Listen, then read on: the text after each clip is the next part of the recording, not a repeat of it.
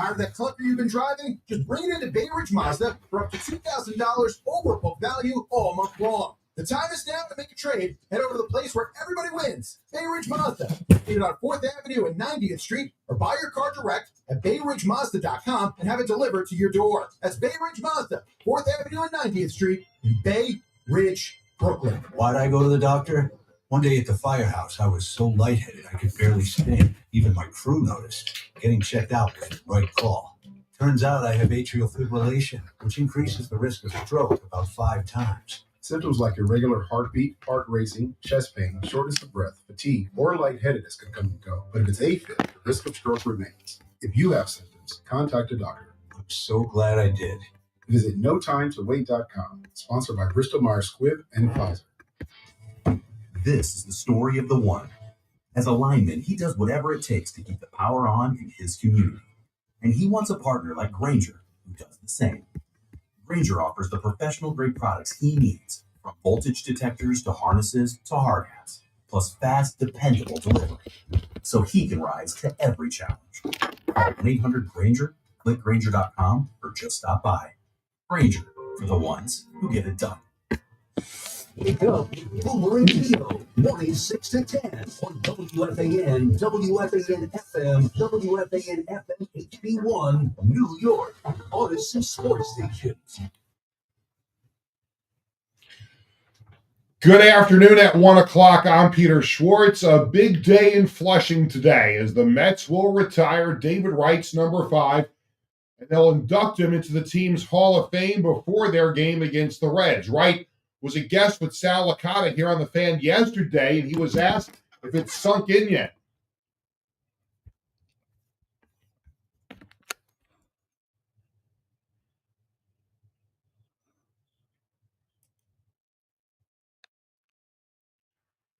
Coverage of David Wright Day at Citi Field on Odyssey Mets Radio starts at 3 o'clock. After the ceremony, Mets will try and bounce back from last night's 8-4 loss. The pitching matchup, Clay Holmes against Nick Martinez, first pitch at 4:10. As for the Yankees, they take on the Braves again tonight in Atlanta. Last night, a 7-3 loss to Atlanta. The pitching matchup tonight, Will Warren against Joey Wentz. Coverage here on The Fan at 6:35, first pitch at 7:15. Couple of roster moves for the Yankees today. They recall pitcher Alan Winans from AAA Scranton Wilkes-Barre, and they designate pitcher Rico Garcia for assignment.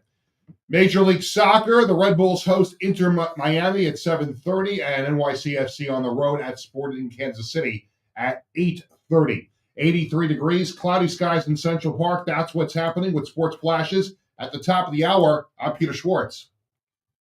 The scuttlebutt on your favorite team, The Fan, on the Odyssey, iHeart, and TuneIn app. Have a good one. All right, enjoy your weekend. I'm going to try. AM to AM on WFAN.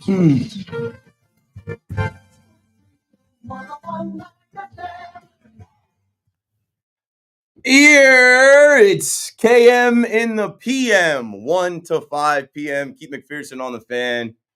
And I got to just come in and change the vibes a bit. I mean, not a great start. So forget about it. Baseball is back today.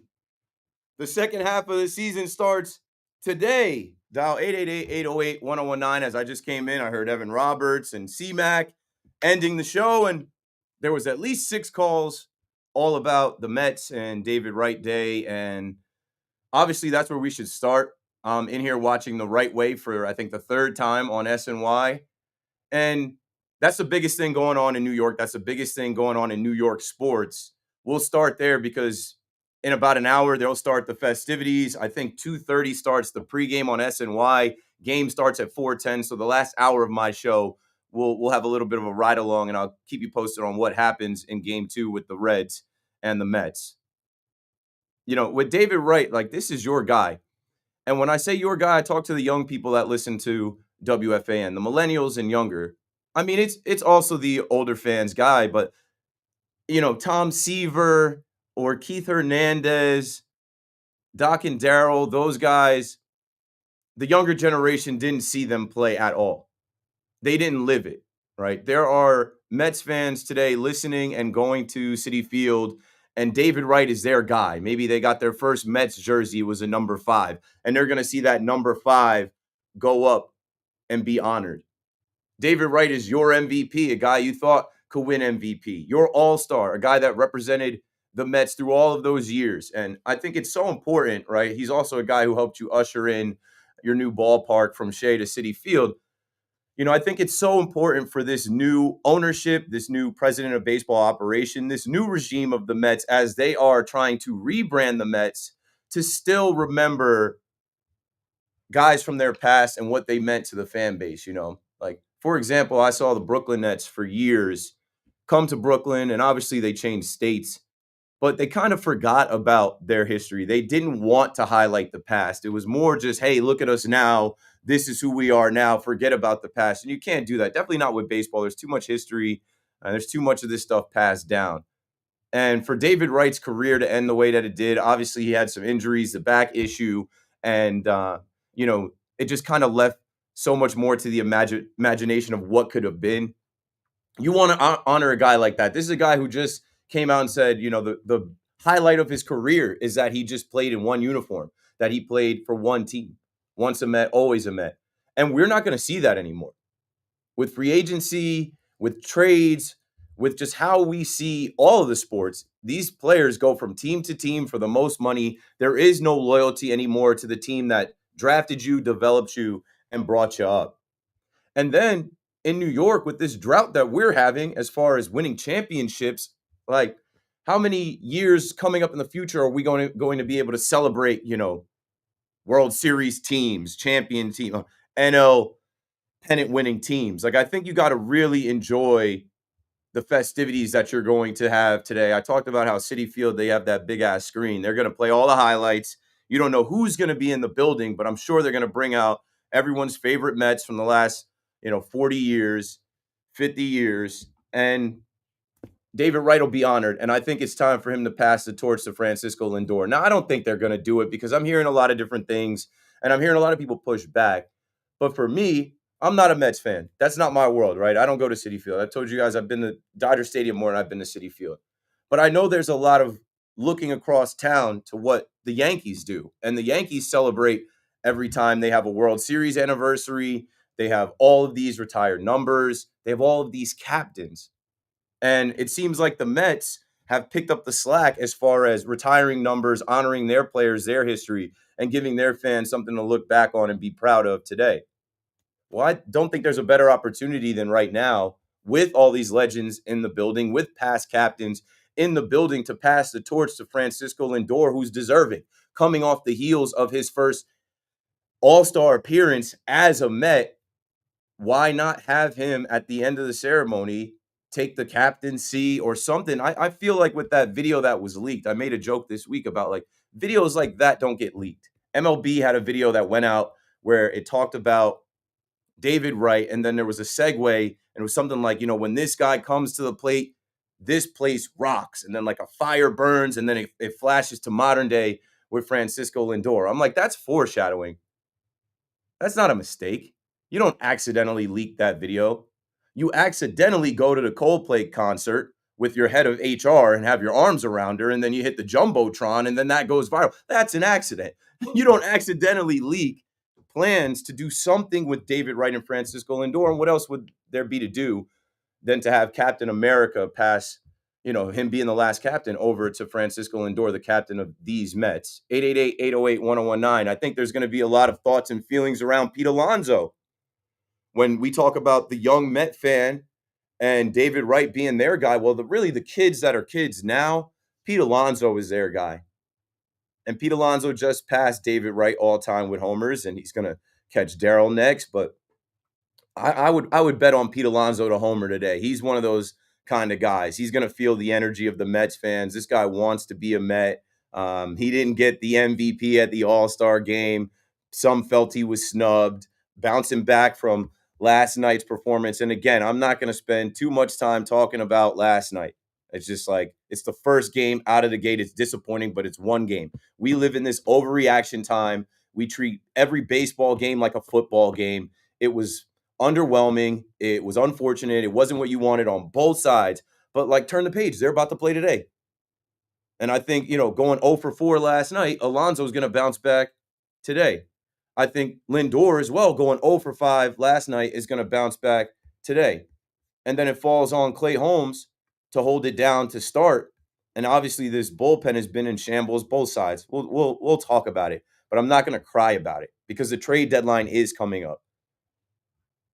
There is a lot of games left for both teams to potentially win the division, lock up a wild card. Today is not the day to call and say, oh, these managers this, these managers that, the bullpen this is. Let's see if they can even up the series today. Let's see if the Mets want to pass the torch to Francisco Lindor. And even if they don't, that's fine. They don't have to do that. If you want to make it just about David Wright, make it about David Wright. But David Wright himself, I got to find the audio. I have it somewhere. David Wright himself was asked, who is your favorite player to watch right now? And without missing a beat, he said Francisco Lindor. And he talked about his smile and his energy and his approach and how he plays the game. And I just think it's time. Lindor's not going anywhere. He's under contract. Obviously, Pete Alonso is the homegrown guy, similar, but he is probably opting out. We'll talk about that. I think they find a way to keep Pete. I just think with the year that he's having, he's going to continue to have, even the performance he put on at the All-Star game, that's your guy. You're not in the business of, hurting your fans and losing a guy that now this time around, I think there will be some offers. Last time around, there wasn't that many offers out there for Pete Alonso. I think at the end of this year, there's going to be more suitors. So you got to go ahead and, and I hate to throw Juan Soto out there, you got to go ahead and take care of Pete. If you gave Juan Soto all of this money, you gave Juan Soto the richest contract in the history of sports. And I mean, he's out there striking out too. He's not necessarily looking like, the best player on the team or the best player in the sport like he's paid to be. Well, if you're going to pay that guy and give him a suite, if you're going to pay that guy and do all the other stuff that we've talked about for months here, you got to take care of your own. So we'll start with the Mets, 888-808-1019. I think it's important to celebrate David Wright. I think it's, Mets Nation and Mets fandom having a festival at Citi Field in Flushing. If you're on your way there, call me up. If you were on hold before and you didn't get your thought in with Chris McMonagle, with Evan coming in late, shout out to Evan coming back and, jumping in. We've missed Evan. Certainly enjoyed hearing his thoughts and takes. And we'll get to the Mets fans first. And trust me, Yankee fans, we're going to talk about it. We're going to talk about Yorbit Vivas. We're going to talk about Ian Hamilton. We're going to talk about play stupid games, win stupid prizes. What did you expect last night? But I'm not going to get mad. Positive Keithy. I'm not going to get mad. No biggie.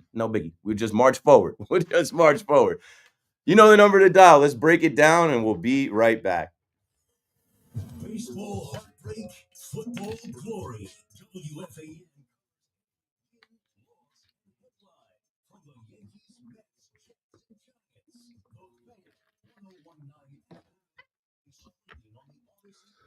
Giants, My other camera's not working.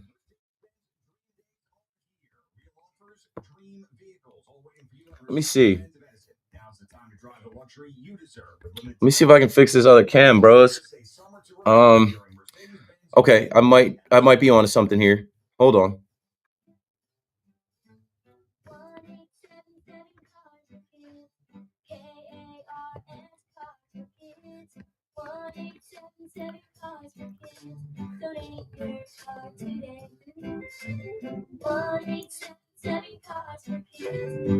Okay.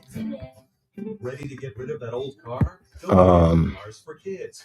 Call 1-877-CARS. Okay, I think I got my other camera set up.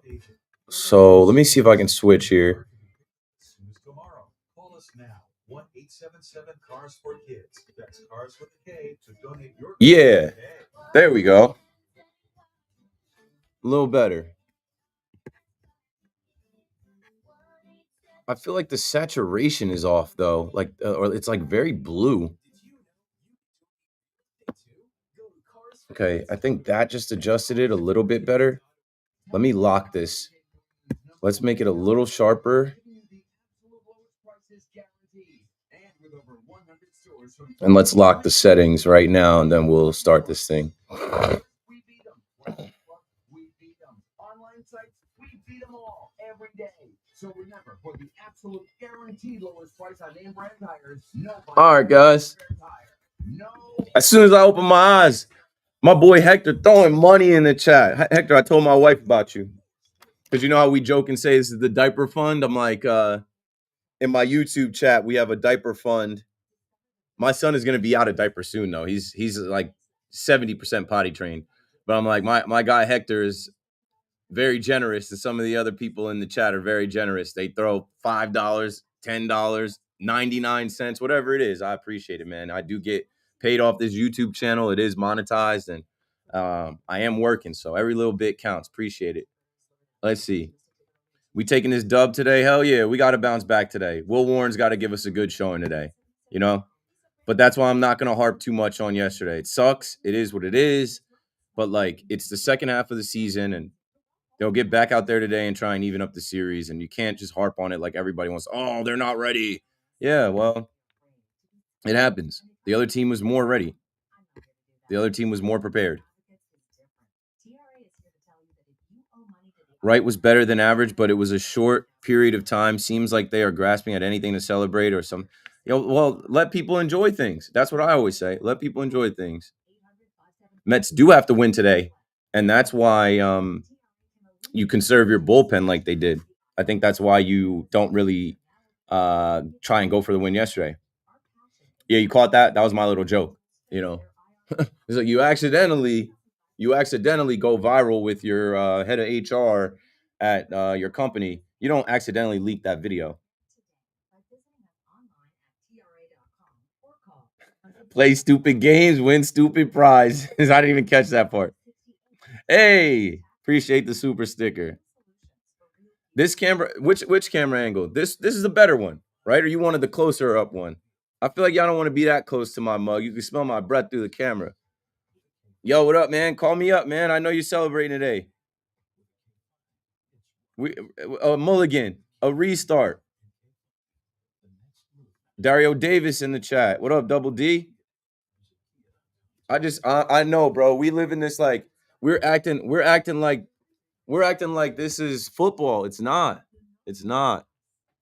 It's one game, and I get it. You look at the other teams that won, and you're like, hey, you know, the standings, and come on, they got to pick it up. But it is what it is, man. It's one game. No matter when they played the one game. So the Yankees are 3 games back. The Mets are a half game back. Both can win their divisions. Both very much can win their divisions. Hey, baseball fans, go yard with BetMGM. Sure. We'll get to it. I'll speak a little bit of it on it. Convenient ways to play same-game parlays, special boosts, and tokens, and so much more. With BetMGM, you can be part of every diving catch, every double play, every strikeout, and every home run from your favorite teams and players. And from the first pitch to the game-winning fireworks, there are more ways than ever to supercharge your excitement. If you want to combine multiple bets for a chance at a big payout or place live bets as the game unfolds, BetMGM, the best place to bet long ball, has all the home run betting options you need. Download the BetMGM app, sign up, and get your piece of MLB action. BetMGM is an official partner of Major League Baseball. BetMGM and Game Central not be responsible. See BetMGM.com for terms. 21 plus only. New Jersey only. First bet offers for new customers only. All other promotions for existing customers. Gambling problem? Call 1-800-GAMBLER. Major League Baseball trademarks used with permission. Catch all the play-by-play with Susan Waldman and Dave Sims, the home of Yankees Radio, the fan, on the Odyssey iHeart and TuneIn.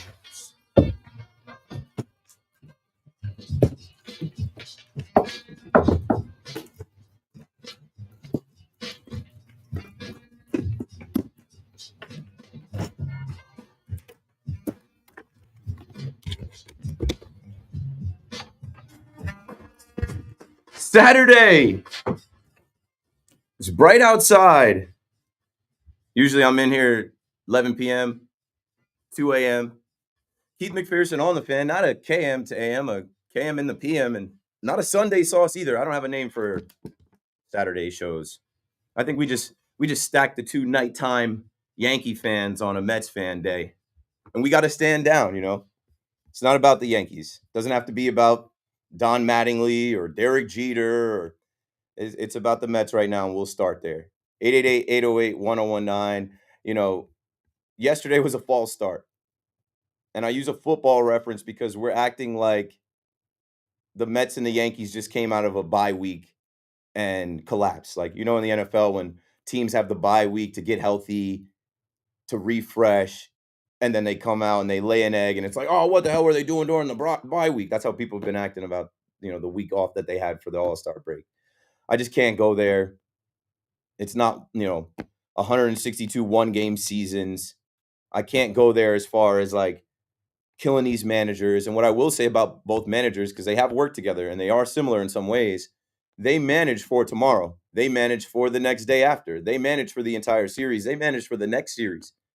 Aaron Boone made decisions, and the Yankees made decisions for the upcoming series that they will play against Toronto and Tampa Bay. And I absolutely think there was a point in the game yesterday where Carlos Mendoza was like, hey, well, we can't have a letdown tomorrow. Sean Manaea was only going to go but so far in his second outing. And then you also have to worry a little bit about Clay Holmes, who I've said has hit a wall, who in his first year being a starter, like this is going to be interesting. Hopefully he is, fresh coming off of the All-Star break. But you still have to have your better relievers ready to go. You can't have a letdown today. That's going to be a packed house today.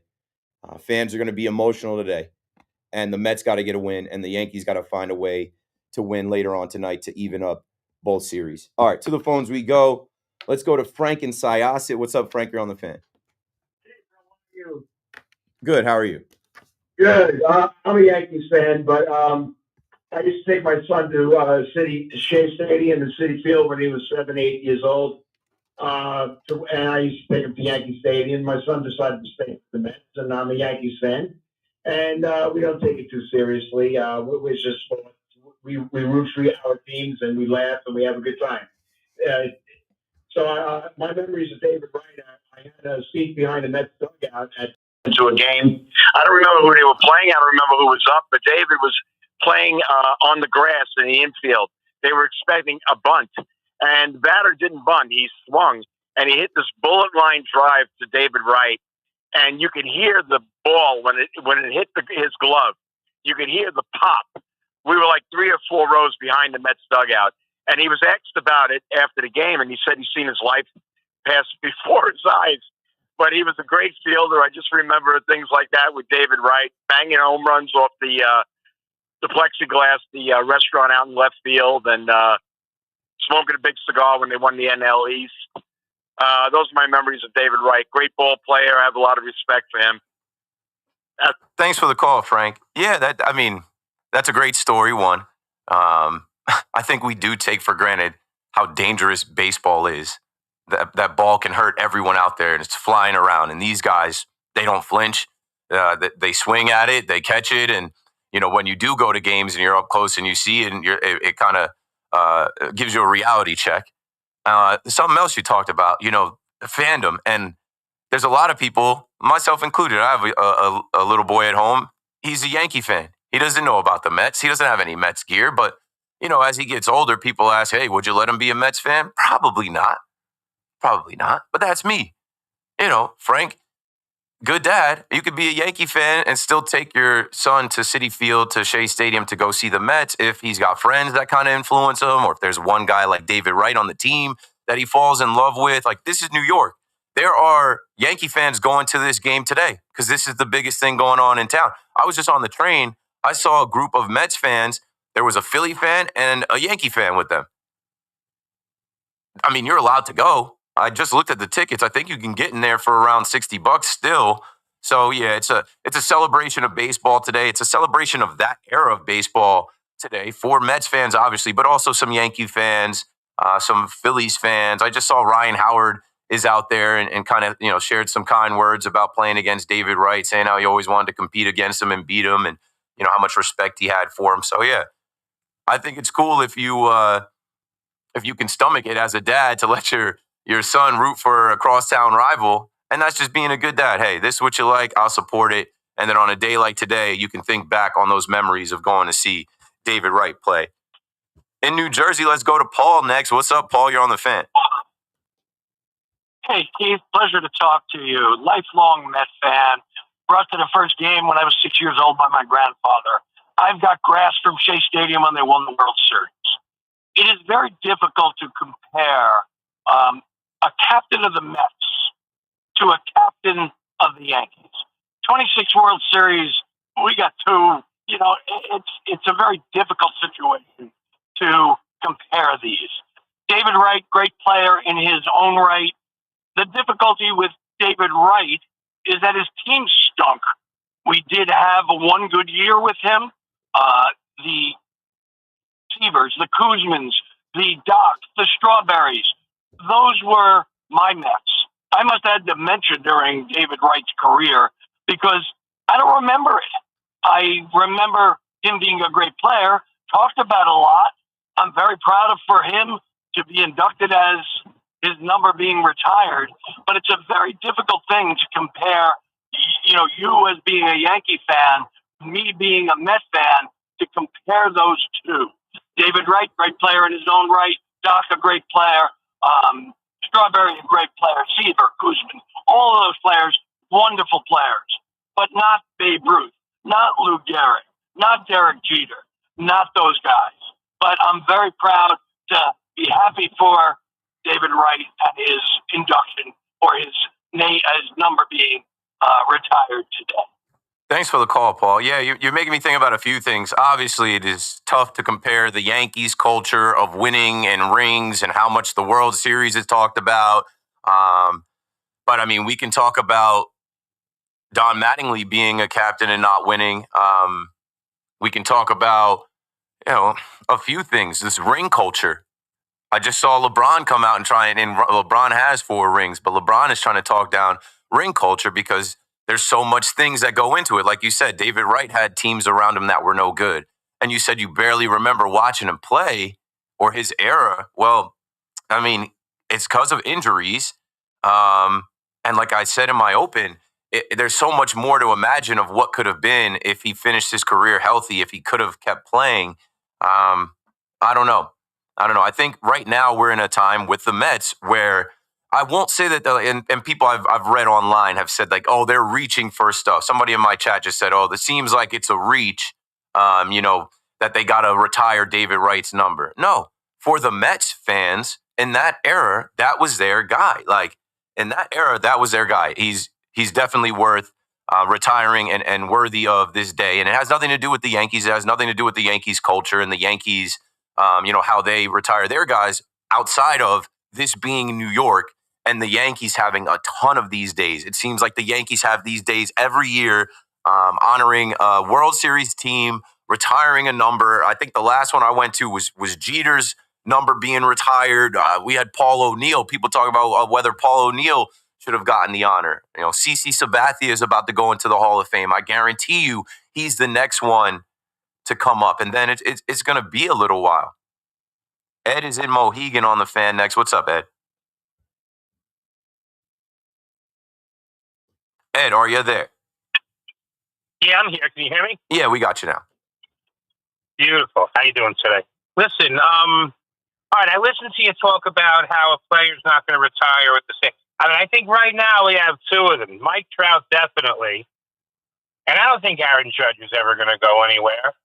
And there's a couple of other players. You listen to me talk about what, as far as these players retiring? Definitely not talking about Trout. Well, because playing with the same team.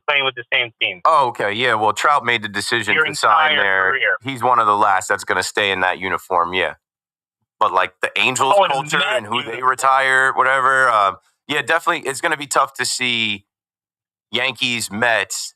Obviously, we have Trout, but like specifically talking about the New York Mets and Yankees, homegrown players. Mets at this point, I mean, you really think after the year he had this year, you really think they let Alonso go? I don't, but there's some people that are saying he's going to walk, and David Stearns is going to say, we don't want to pay him. He's aging. Thanks for what you've done, but that's it for us. I don't think that. I think you have the richest owner in the sport for a reason. I think that we're heading into a salary cap in 2 years, and they're going to lock out for a reason. I think before we get there, why not go ahead and just give Pete Alonso what he's earned, and it'll make a lot of people happy, and I think he's still got a lot more baseball in him. Well, it's a drop in the bucket. There are worse things you can do. Right. I mean, honestly, I think you should give these players some sort of incentive at the end of their career.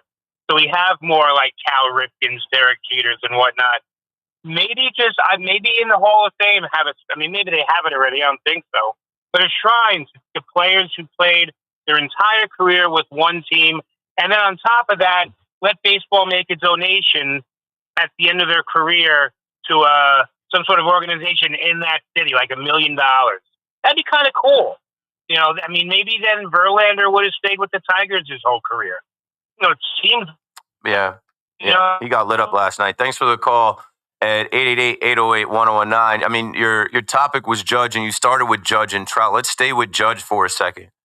Judge is the captain right now. Earlier in this week, I was talking about Willie Randolph and Derek Jeter being there when Judge actually signed the long-term contract that he's in right now to pretty much lock himself up as a Yankee. There's an article out there, and I'll refer to it after the next break. I'll read it over the break and come back with like the best parts of it.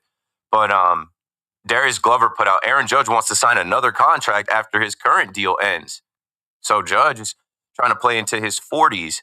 But Judge is one of these guys that we know. Judge is going to be a Hall of Famer. He's on pace for that. He's going to have that 99 retired. And he's not going to play for any other team. He's not going to put any other hat on. And that mattered to him. That was something that he spoke about, right? Drafted by the Yankees, developed by the Yankees. He's just got to win a World Series with the Yankees. But even without the World Series, they'll still retire his number. I think even without the World Series, he'll be a Hall of Famer.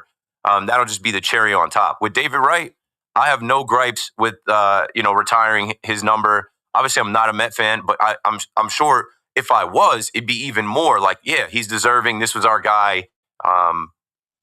Wish we got more out of him. Wish they did more around him. But he's definitely worthy of the day that he's getting today. And then who's next for the Mets for X amount of years? Let's go to Manhattan next and talk to Ralph on the Fan. Hello, Ralph. Keith, great to talk to you. When David came up, he was a phenom. And what exactly did the Wilpons do in their great wisdom? They did, Keith? They built a ballpark that ruined the guy. Now, when I say ruin, I don't mean that he became, a has-been. But he wasn't quite the player that he was the first 2 years with the Mets, year and a half. I can't really remember the exact amount. But it just was not conducive to a guy who's the face of your franchise to build a ballpark that plays in derogatory fashion against your best player.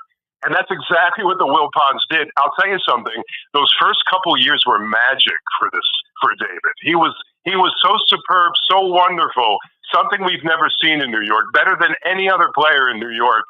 And he didn't quite duplicate what he did the first 2-3 years, the rest of his career, for many reasons, injuries, taken into consideration. But he was a fine ball player. If they do something today, Keith, and they split the time between Lindor and David Wright, it would be a slap in the face to David Wright. I don't think they should do that. And one comment, if I may, about Alonso. There's something about the Mets and Alonso, no matter what.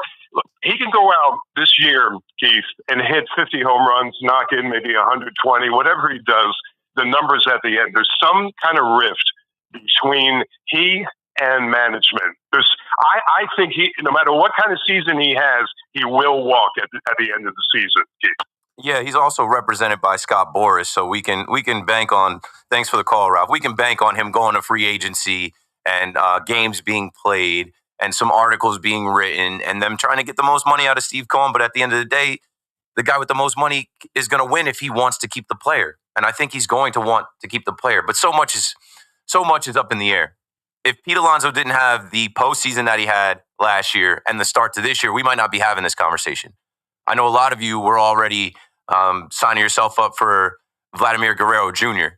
When he came here opening day, there was a loud applause for him. Now he gets locked up, so he's off the table. I mean, look at Mark Vientos.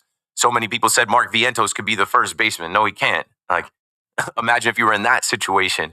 Where are you going next year? I think, especially with the almost $800 million investment that you put on Juan Soto, you need Pete Alonso in that lineup. But we'll get more into that another day. I still do want to focus on David Wright and something else you said, kind of splitting the baby or whatever. I don't think it's splitting. Like, I think all right, I've been to the Derek Jeter days. I've been to these days in Yankee Stadium, and of course they make it about one guy. But this is still a Mets game today that Francisco Lindor is playing in, right? We have been talking about Francisco Lindor being the captain since he put the team on his back last year. Like, I don't know. I don't think he's also like, he's leading off. So like, he's your shortstop. He's your like fake captain, not an unnamed captain, to end the ceremony with some type of gesture between David Wright and Lindor. And David Wright, I don't think after they do this whole hour-long thing of celebrating him and going through his highlights, his family on the field, letting him speak, I don't think David Wright is the type of guy to be like, hey, leave him out of it. No, I don't. I think he would think it's cool. I think he would think it's cool to pass the torch. And if you're a Met fan, especially these young Met fans, like that's something that is in the moment. Like it can't get much bigger or better than that to make that happen. Like that's something that is going to make you emotional. That's something that's going to make you say, man, I'm glad I'm watching. I'm glad that I'm in the building for that. You know, speaking of that, Howie Rose has been putting out there. He said, do yourself a favor. If you're going to Citi Field today, try to be in your seat by 3:15 if you can. Take mass transit. This day has been a long time coming, and we're all excited for what promises to be a David Wright love fest. Enjoy as number 5 joins the Pantheon. You know, I said that this is going to be a Met fan festival, and people are like, what do you mean festival? I'm like, they literally have the block party today. Like when you go to Mets.com and you look at how they advertise this, it's get to Citi Field early on Saturday for the pregame block party. Now, it is a little bit after 1:30. It is 1:35. How we put out that this morning at 11:20, lines were forming in the parking lot to get in. It's a special day, and that, you know, at 2:10, I'm pretty sure is what we heard. 2 hours before the game, they're going to start letting people in. So I think we've got somebody heading to the game on the line right now. Let's go to Rob and Edison. What's up, Rob? How are you? Yeah, what's up, Keith? I echo your sentiments there. All your calls are so negative today. This is a great day. Great day to be a Met fan. Great day to head out to Citi Field. I'm trying to be positive, Keithy. I'm trying to positive energy. We don't have to do that. Like we can smile today. We were laughing in the car. Some guy was comparing him to Lou Gehrig and Babe Ruth. We're like, what are you talking about? This is David Wright. He's one of the greatest Mets of all time. We don't need to compare him to Lou Gehrig or Babe Ruth. Not at all. Their names don't come into the conversation. The only thing me and my boy are thinking about right now is parking the car and cracking open a few beers. We love you, Keith. Thanks for the call, Rob. Yeah, enjoy it, man. Like what I'm saying is you don't have too many of these days in the future, and you haven't had too many of these days since the recent, time with Keith, with Doc and Daryl. And honestly, the weather wasn't as great for some of those days. Like this is peak summer. It's hot outside. It's nice out. Like go enjoy it. So I said I wasn't going to lean into last night's game and the bullpen and Carrillo and Mendoza. And it does not matter, man. What matters is, this is baseball. We love the game. We love our team. Whether you're a Yankee fan, Met fan, we'll get to the Yankees in a little bit. But the Met fans today, go celebrate your guy. Go see other former Mets and relive those years. Kind of take that trip down memory lane and reminisce and enjoy it, man. I think we take this stuff very serious, but like you can kind of take the fun out of it, man. Let people enjoy things. That's what this is for. It's entertainment. Let people smile and enjoy things. And I honestly don't think it would take anything away from David Wright if that at the end of the ceremony, Francisco Lindor, who deserves it, who has earned it, becomes the next captain. If not, then I guess it doesn't happen this year. When are you going to do it this year? Tomorrow? You could do it tomorrow on David Wright bobblehead day. Cool bobblehead that they gave out. As we've talked about, not having a championship. David Wright's a 7-time All-Star, 2-time Silver Slugger, 2-time Gold Glove winner, and his bobblehead has the Silver Sluggers, the 2 bats, and then the 2 gloves, the 2 Gold Gloves. And I expect there to be a lot of people in the building to try and get that one tomorrow at 1:40, a little bit earlier of a start. A 4:10 game today. This is going to go into the night. You got to just enjoy the day. You got to just enjoy your fellow fans, your ballpark, Citi Field, which is a great ballpark, especially for a block party and a celebration like this. All right, let's take a break here. When we come back, we'll take more calls on your David Wright stories and what you think as, the day unfolds. Like I said, I'm in here watching the right way. The SNY did a great job with that. I know WFAN, all the Met fans here have done a great job reminiscing and talking about David Wright and honoring him as we should. This is a day that you should be able to be happy and turn back the clock a little bit, and then we'll get into the baseball a little later on. Keith McPherson on the Fan till 5 p.m. Call me up. We'll be right back. Paying off those streaming services and getting your meals from a vending machine? BT and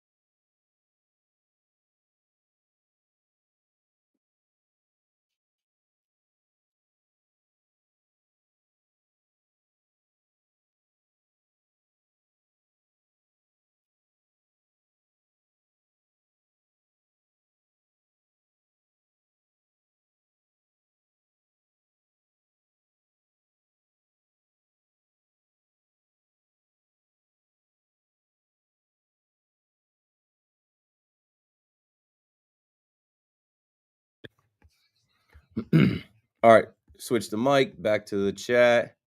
Man, a nut Hector, bro. Hector, you spending all your funds on my live streams. I ain't mad at it. I appreciate you, bro. I told you that. I'm gonna get to it, bro. It's just more of the same. It's more of the same. More of the same. Yeah, they're gonna make things a lot harder for themselves.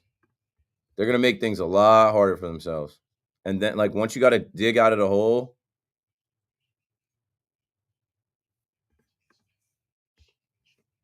Yes, David, the number one Salicata searcher. That's what I'm saying.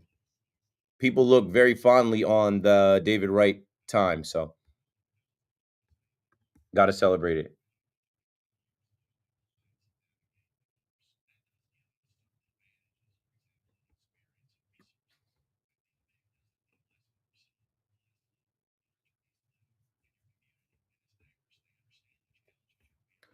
I'm just not gonna entertain some things.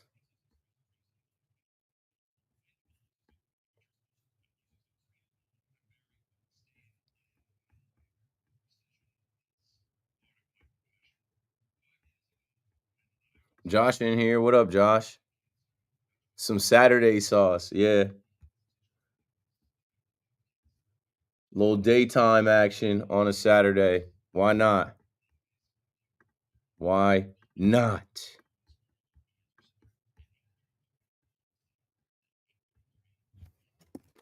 All right, let's see what else. I almost lost my Metro card. Took the train today.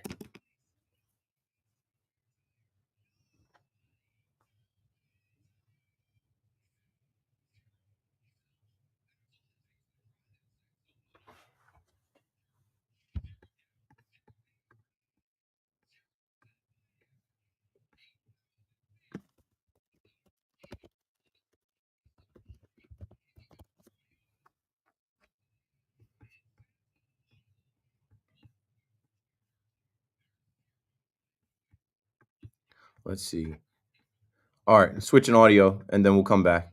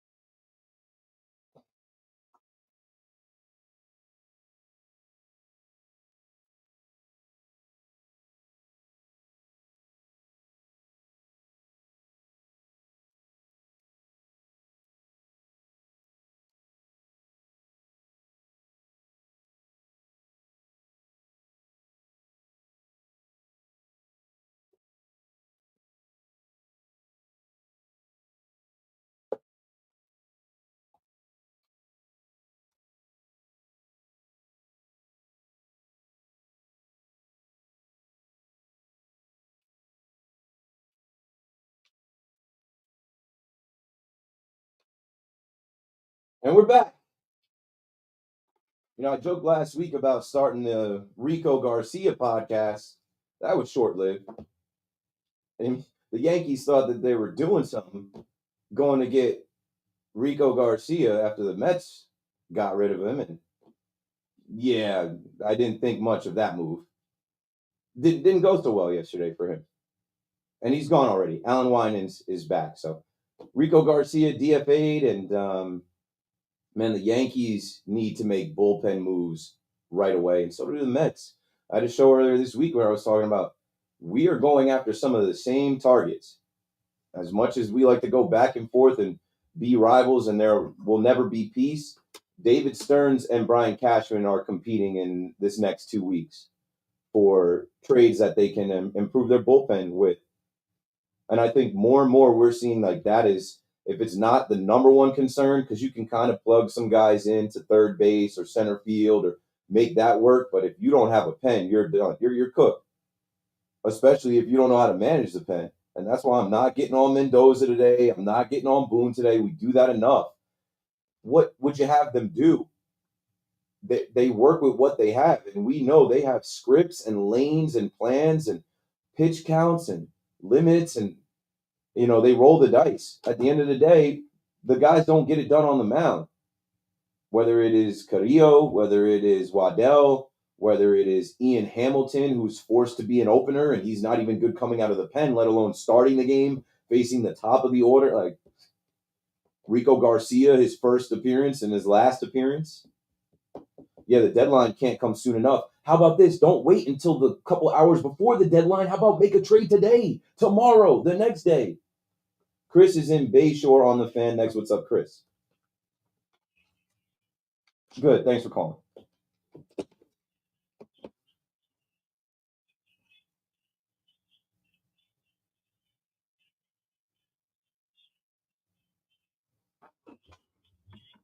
Before the deadline, I think they have holes they have to fill. But I think that I'm confident they'll do something. But I'm not quite sure. I know the Yankees obviously with third base, maybe like a Brian Hayes or somebody like that might make sense. But they really have to. Both GMs have to really do their work. And as far as Wright goes, I mean, David Wright, in my opinion, everything that's right about baseball, right about being a major league athlete. The guy's been class all the way, and none of it seems like it's put on. It's just who he is. So he should be celebrated for that as well as a really outstanding career. Thanks for the call, Chris. Yeah, trade deadline stuff, obviously we know, and we'll get into it as we get later into the show. Third base for the Yankees and third base for the Mets potentially. Really center field for the Mets, but bullpen, and maybe another starter on both sides. If you don't have the pitching, you may not even be able to survive this second half to get where you want to go. I do know, obviously, the Yankees are 3 games out of first place, the Mets a half game, but you can't limp through this second half. It is super competitive. There are a lot of teams that feel like they're in it, and that's what makes the trade deadline tougher. There's so many teams on the bubble, they're not selling. We need teams to kind of fall out of it. Like I saw over the last couple days, I think just yesterday, Ketel Marte got placed on the reserve list. Ketel Marte has had 2 things happen to him where his name has been in the news outside of him being an all-star. Obviously, the incident with the fan, where the fan was heckling him and brought up his mother's name, and it hit him in a place that I'm sure the fan didn't really realize his mom jokes were going to hit him. That was a whole thing that went on for a couple weeks. And then while he was at the All-Star game on Tuesday playing in the game, his house was burglarized. He got robbed.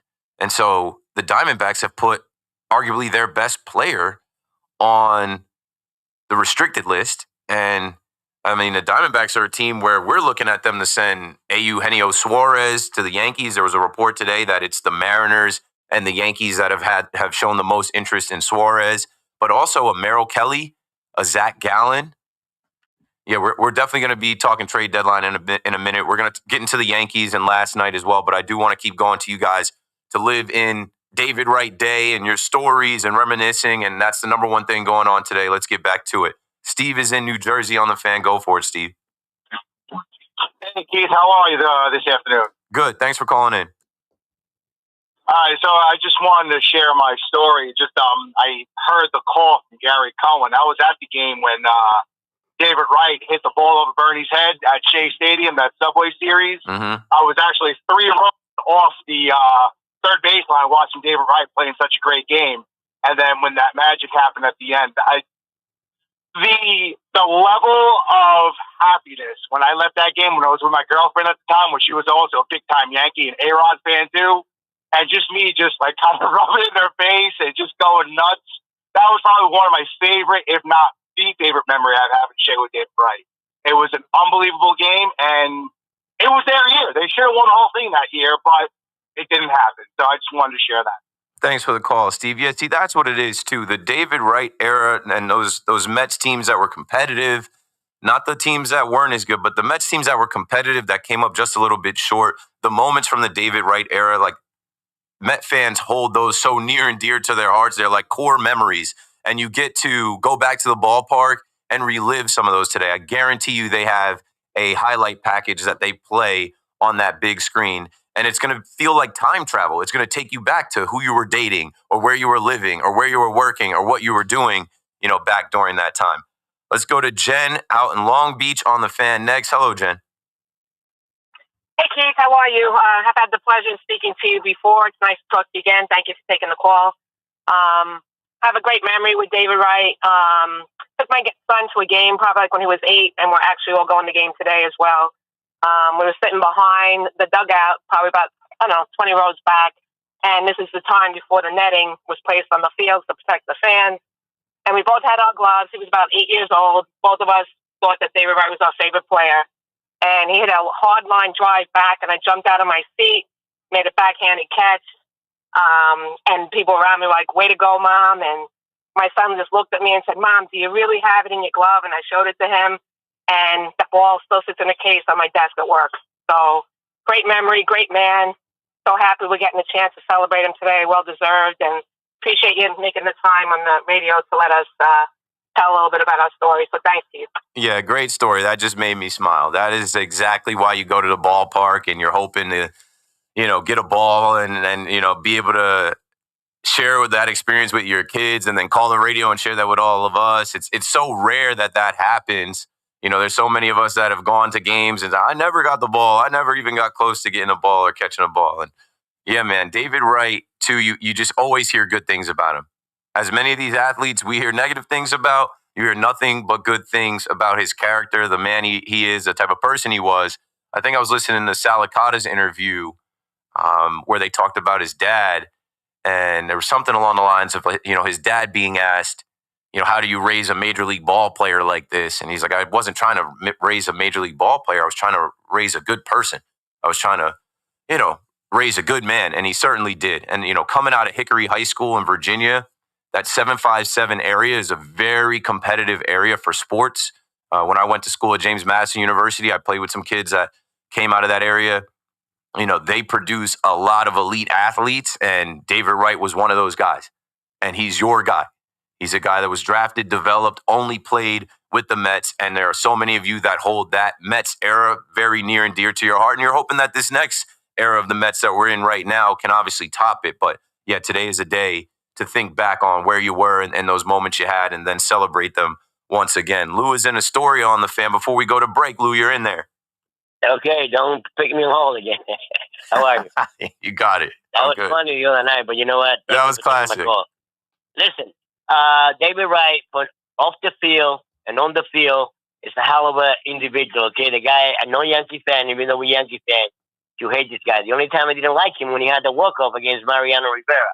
Now, this is something that I don't like, and again, I'm going to get the Yankee fans and the Mets fan mad at me. There should not be a captain name on this guy's day, okay? And I tell you the reason for it, okay? Because I tell you, if I was going to name the captain of the Mets, guess who it will be? Peter Alonso. You know why? Because right now, if you see him, he's becoming a leader because he's starting to hit. He's very happy. He's jumping all over the place, okay? And he's a homegrown individual. And that will actually follow the David Wright situation. Sooner or later, he's going to break if he signs with that will probably make him sign with the Mets. He's making the captain. That would be a surprise. That would never happen. This guy, Lindor, okay?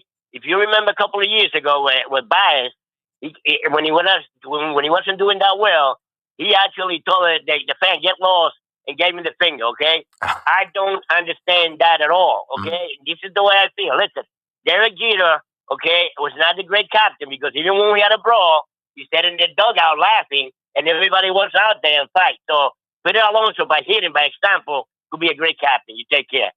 Thanks for the call, Lou. Yeah, I don't think it happens today. I think it's the perfect opportunity for the Mets to make it happen today. But I don't think they will. I think there's too much pushback about David Wright and this being his day and not stepping on that and not making it about anything else. And then you made a good case for Pete Alonso, but he's not signed long term. And you also made a good case against Lindor from his past. People don't forget.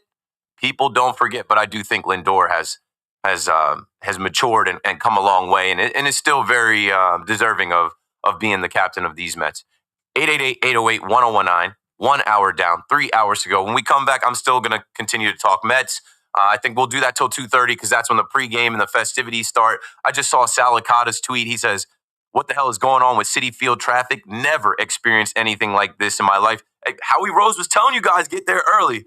So good luck if you're in the car right now trying to get in. It's going to be a little bit of a challenge. Keith McPherson on the Fan. Don't go anywhere. We're coming right back. Double up the runner, first throw back. He got him. It's the Bronx Bombers.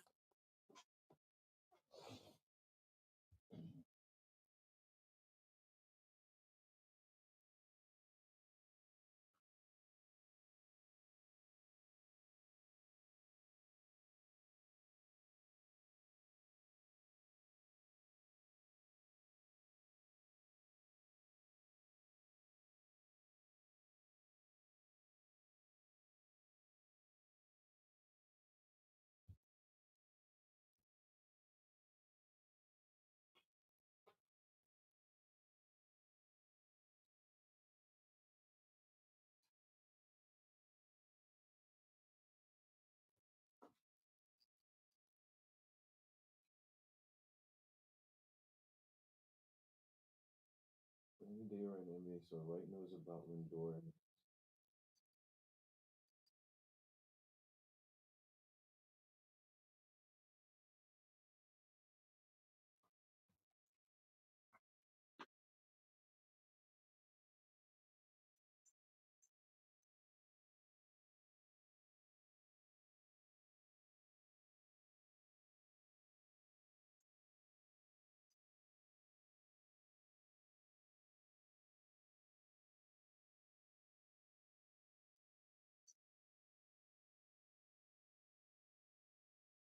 It's going to be a festival. It's going to be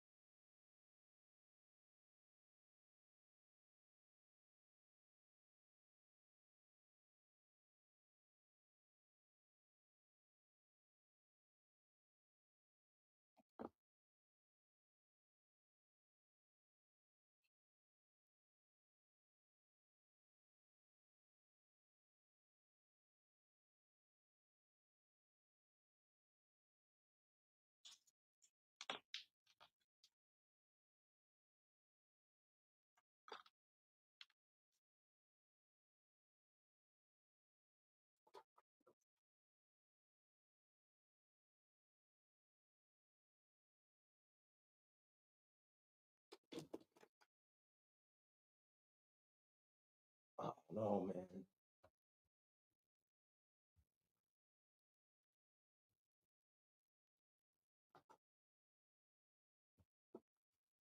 Let's see something.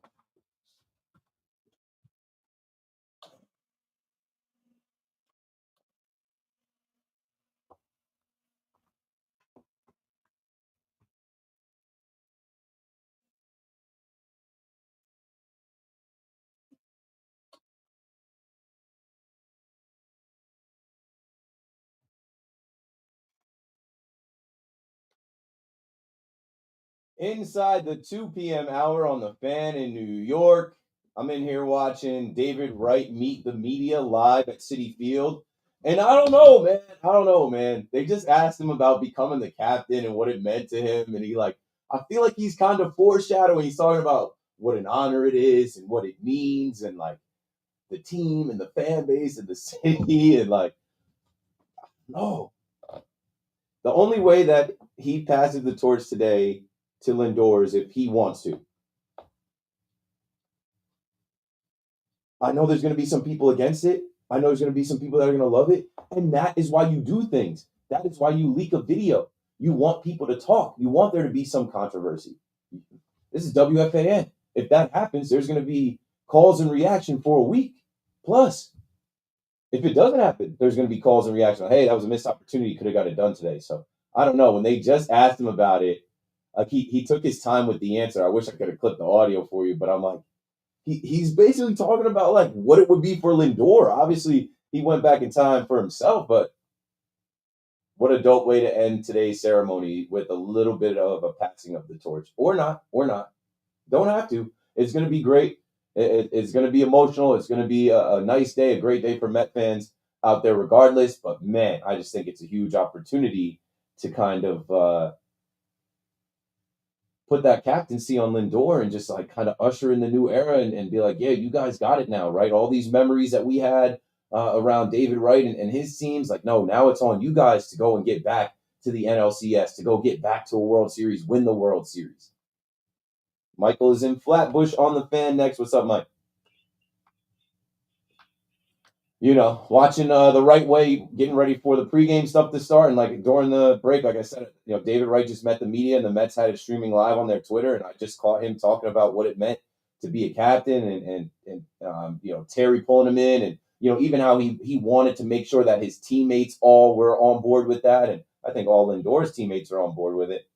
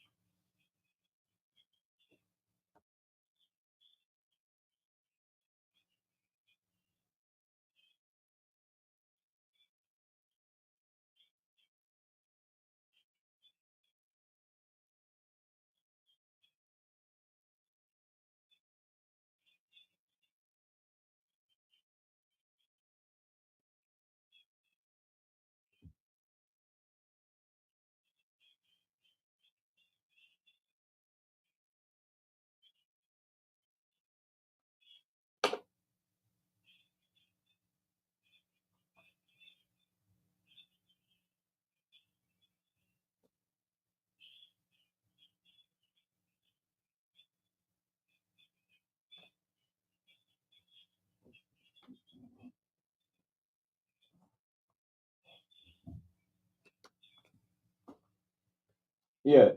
Remember when Darryl Strawberry had his day, he talked about this current team and what they have in front. Like there could be a moment where David Wright talks about this current team and he kind of gives a wink nod to Francisco Lindor. Thanks for the call, Michael. 888-808-1019. I think I said Lindor was leading off today when I was talking about like, yeah, he's a shortstop. He's not leading off today. He led off last night.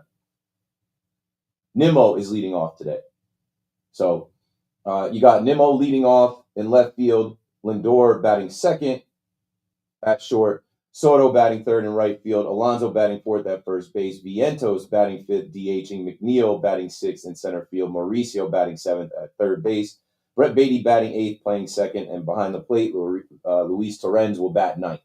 I don't think it matters whether he's leading off or not, but I think I was leaning into like all the Lindor things with today. Like he'd be the first guy for the Mets to step in the batter's box. Well, he won't be. He won't be. And, that leads me into something else. I said we're going to start talking about the Yankees a little bit as well. I do want to obviously, stay with the Mets calls, but like another thing to mention. I had thought that Dominguez was the leadoff hitter. I think I was listening to Big Mac a little bit talk about Spencer Strider and his slider. And to me, I'm like, I've heard them talk about Dominguez and seeing more major league level pitching. You should have him out there against the best guys. There is no more shielding these guys. And like, stop going back and forth. If Dominguez is your leadoff hitter, have him be your leadoff hitter. I don't know. We'll get into the lineup. We'll get into Yorbit Vivas. We'll get into the decision to go bullpen game and an injury to Cam Schlitter, and just like it goes back to what I've been saying about the Yankees. There's a level of Yankee arrogance. There is a level of this is fine, no urgency. There's just a level of like, yo, we can lose a game here, so what? And when you look past your opponents, and your opponents are Ozzie Albies and Matt Olson and Ronald Acuna Jr. I remember trying to tell you guys in 2023 how good Ronald Acuna Jr. was. I think I even said at that time that I might take him next to Aaron Judge. You saw that throw that he made from right field last night. Like, that is what I'm talking about. This guy can run. You saw the triple he had. Like, Ronald Acuna Jr. is one of the best players in baseball. He's coming off the All-Star game, and I don't know, we'll get into the Yankees in a minute. I know there's some Yankee fans that are waiting for that. And once the Mets festivities start, we'll start talking about last night's Yankees game, where the Yankees need to go, what they need to do, and can they get serious? Can they get serious? I'm not gonna get mad. I'm gonna stay positive on everything. Anyway, Chris is in Massapequa on the Fan next. Hello, Chris.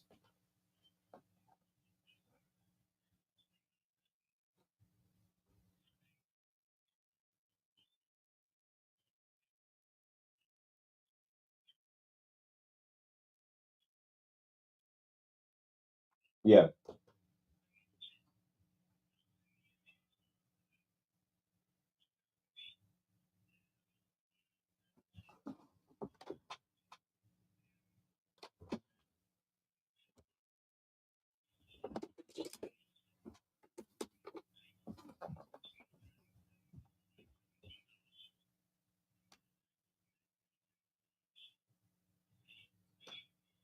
No way.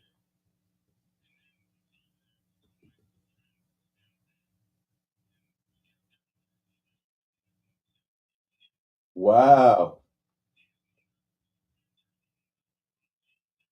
I would have got the authentic. I would have went and grabbed the authentic.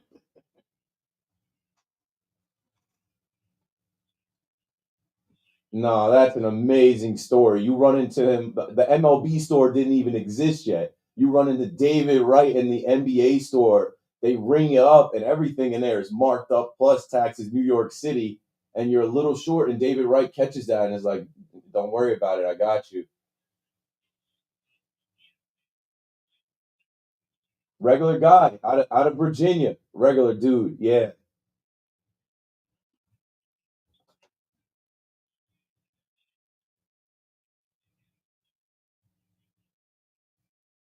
yeah.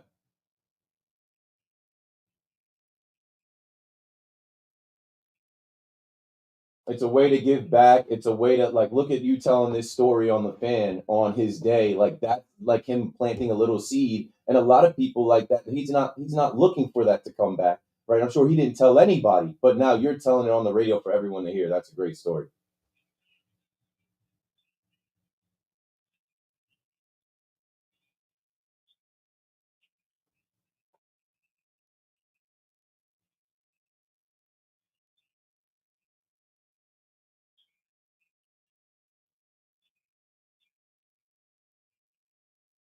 Awesome story, Chris. I'm just gonna take your word for it. I'm not challenging that story. That's just like I've been in the NBA store. I'm in my mind. Hey, that happened, and that fits into what we know about the type of person that David Wright is. Let's go to Queens. Daryl, you're on the Fan. What's up, man?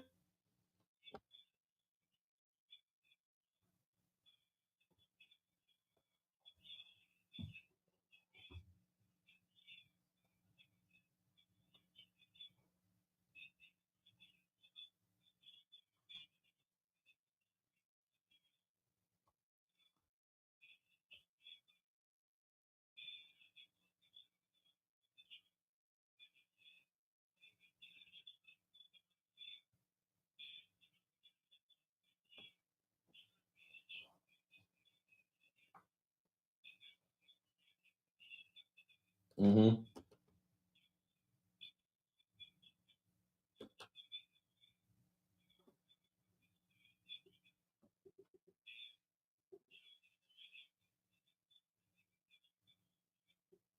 And so, thank you for the call. But like, not making the Hall of Fame, he's now in the Mets Hall of Fame, their Ring of Honor. His jersey's retired. You give him his flowers that way. Another good story.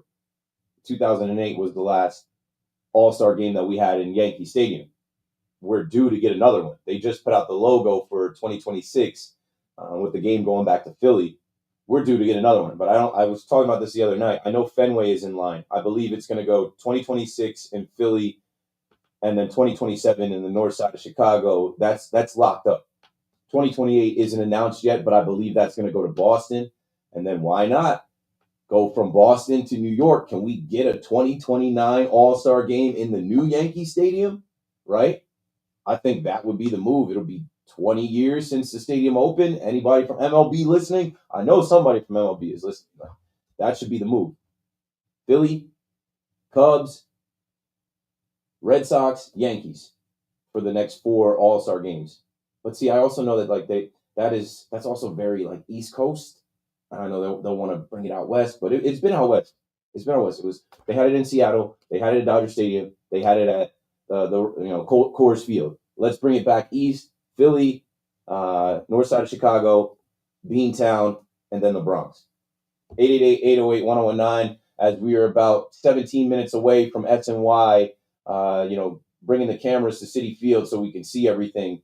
David Wright did just meet the media and go live across all the Mets channels. We're just kind of reminiscing and taking stories and taking time to give this guy his flowers and his just due. But I did start to sprinkle in some Yankee stuff, and as soon as they start the ceremonies, and I know people will be turning to watch that. Yankee fans, you can call in and talk about Aaron Boone, talk about Jazz Chisholm not hustling, but even in that same inning that Jazz Chisholm grounded out to Ozzie Albies at second base and didn't run, Belly didn't run, like they were defeated. They were down 7-0. We'll continue with the positive David Wright talk for now.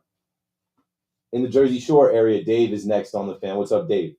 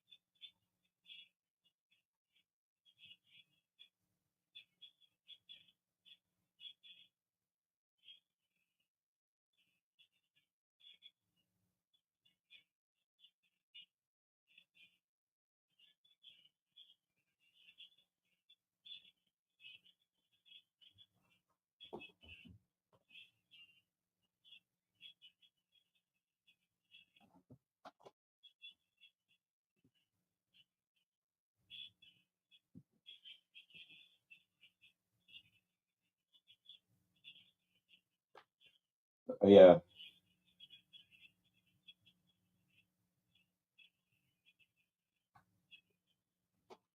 Thanks for the call, Dave. Yeah, but in the same regard that you say they're human, I guess in defense of Lindor, David Wright is a human, and there are a lot of stories popping up today about how this human went above and beyond to make other human beings feel good, to make other human beings feel seen, that are fans of him, or just kids in the city, or people in the ballpark, and that goes a long way. And when I say people don't forget, people don't forget.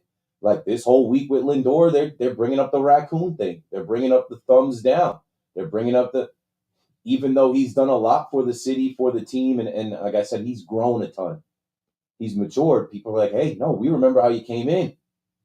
Takes a lot more to erase that. I don't know. Will we see Francisco Lindor named captain today? I don't think so.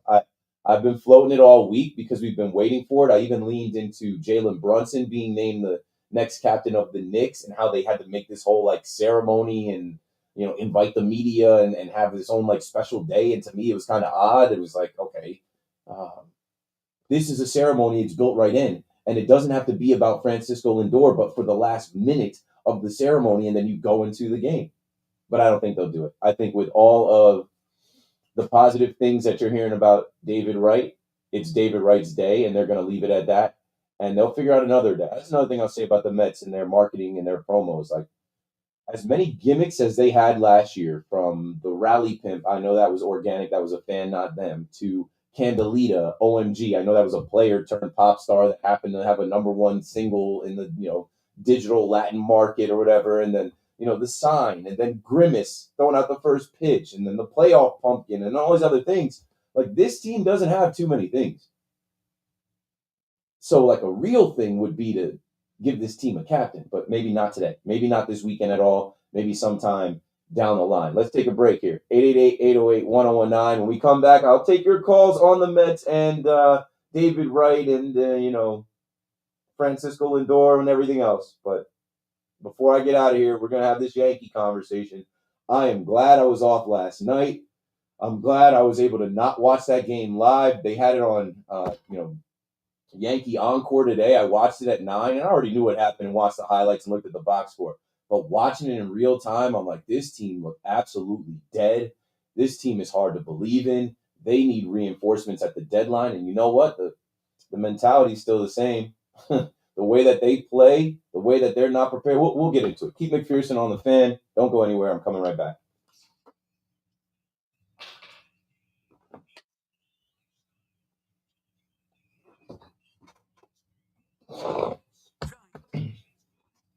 Oh, yeah.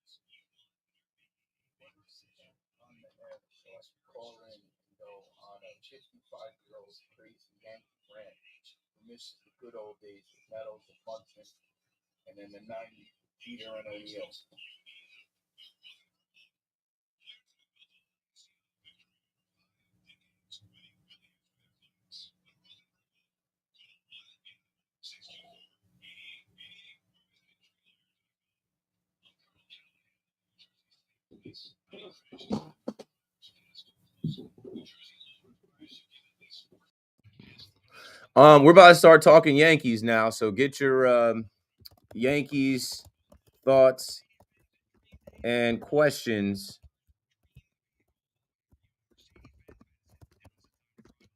Get those ready. But you got to kind of play the game. You got to kind of do the job. It's a Met day, and honestly, like, I'm gonna say this when I get back on air. Like, what Met fan would want to do the show today from 9 to 1 or 1 to 5? This is a day where Met fans are going to the ballpark or they're at home, watching the game. So I'm happy to be here and hold it down, but I can't make it all Yankees. But I mean, we're about to be halfway through my show, so I'm going to get there. Scotty Scheffler's still on top at the Open Championship, and he does not care. Congrats to David Wright. Yes. Iconic. Immortalized. The lineup goes back to Baboon Boone. A baboon could do his job. Straight up trash. I'm definitely not like positive Tommy. It's hard for me to be positive about this season. Yeah, I understand. Robert.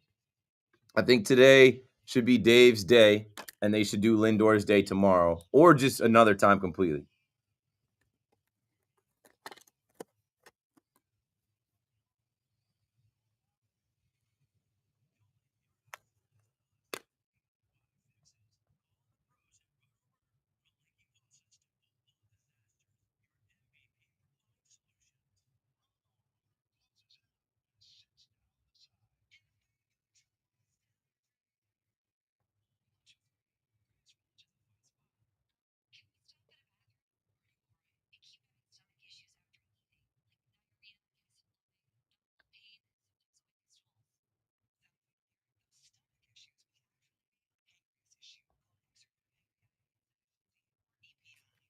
All right, let's see what else.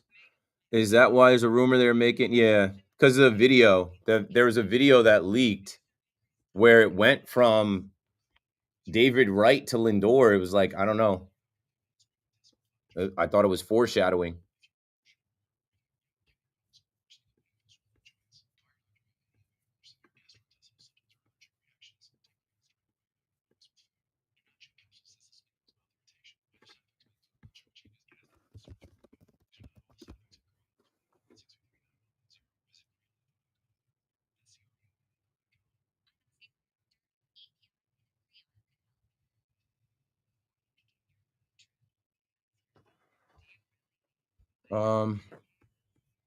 Yeah, we're gonna start hitting on the Yankees combo. How far away can we send Yorbit Vivas? They need to make a trade for a third baseman sooner rather than later. Sooner rather than later. You know, that's the thing. You play who you got.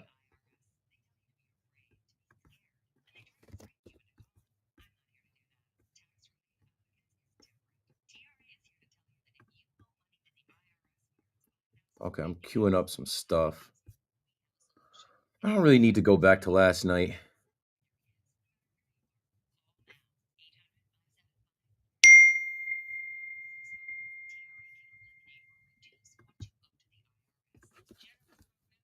There's an NFL story that I don't think is appropriate for the daytime.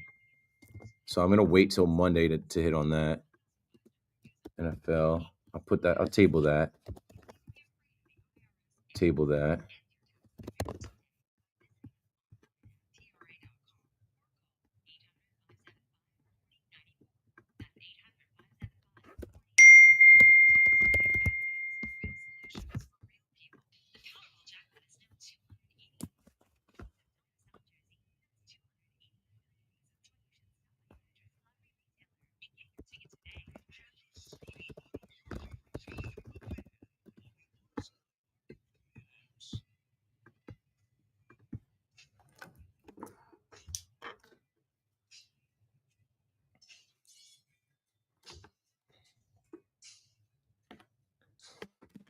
And we're back, New York.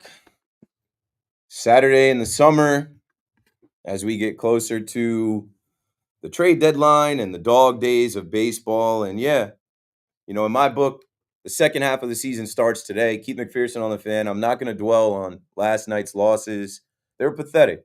As I was out with my wife last night and, you know, taking my wife to dinner, and we had some friends that we had to meet up with, I'm always looking at the score. I have the alert set up where, like, as soon as I look at my phone on ESPN app, it'll tell you the Mets and the Yankees score. And, you know, you see Juan Soto go out there and homer, and it goes back to what I was saying and what Jeff Passan said. Juan Soto homers yesterday, and Jeff Passan had said that he's going to have the most homers in the second half. What I had said was, okay, he got snubbed. He's going to have a chip on his shoulder. Seiya Suzuki also was an NL All-Star snub, and he homered and added on to his MLB leading RBI total. But, you know, back to Soto, It wasn't enough. It wasn't enough because you don't have the pitching, you don't have the bullpen, and there's so many ideas about lanes and pitch limits and where you're gonna go.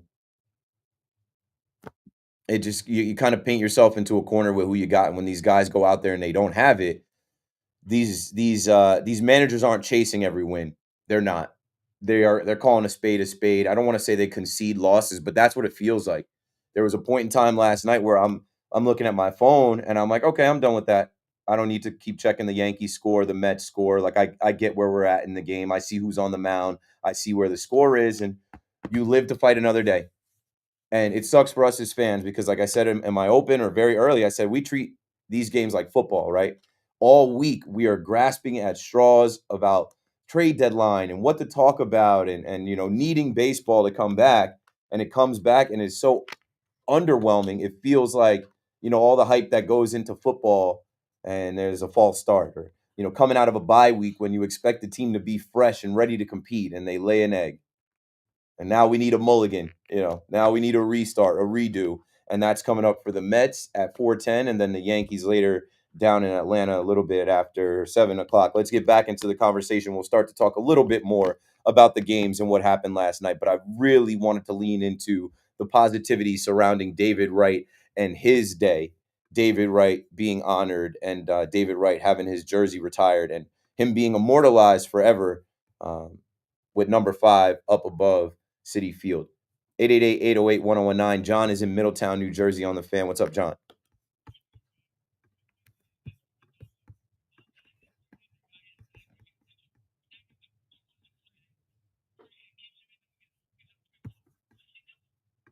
He's letting him die out there. He's letting the game die. He's letting the game becomes lost.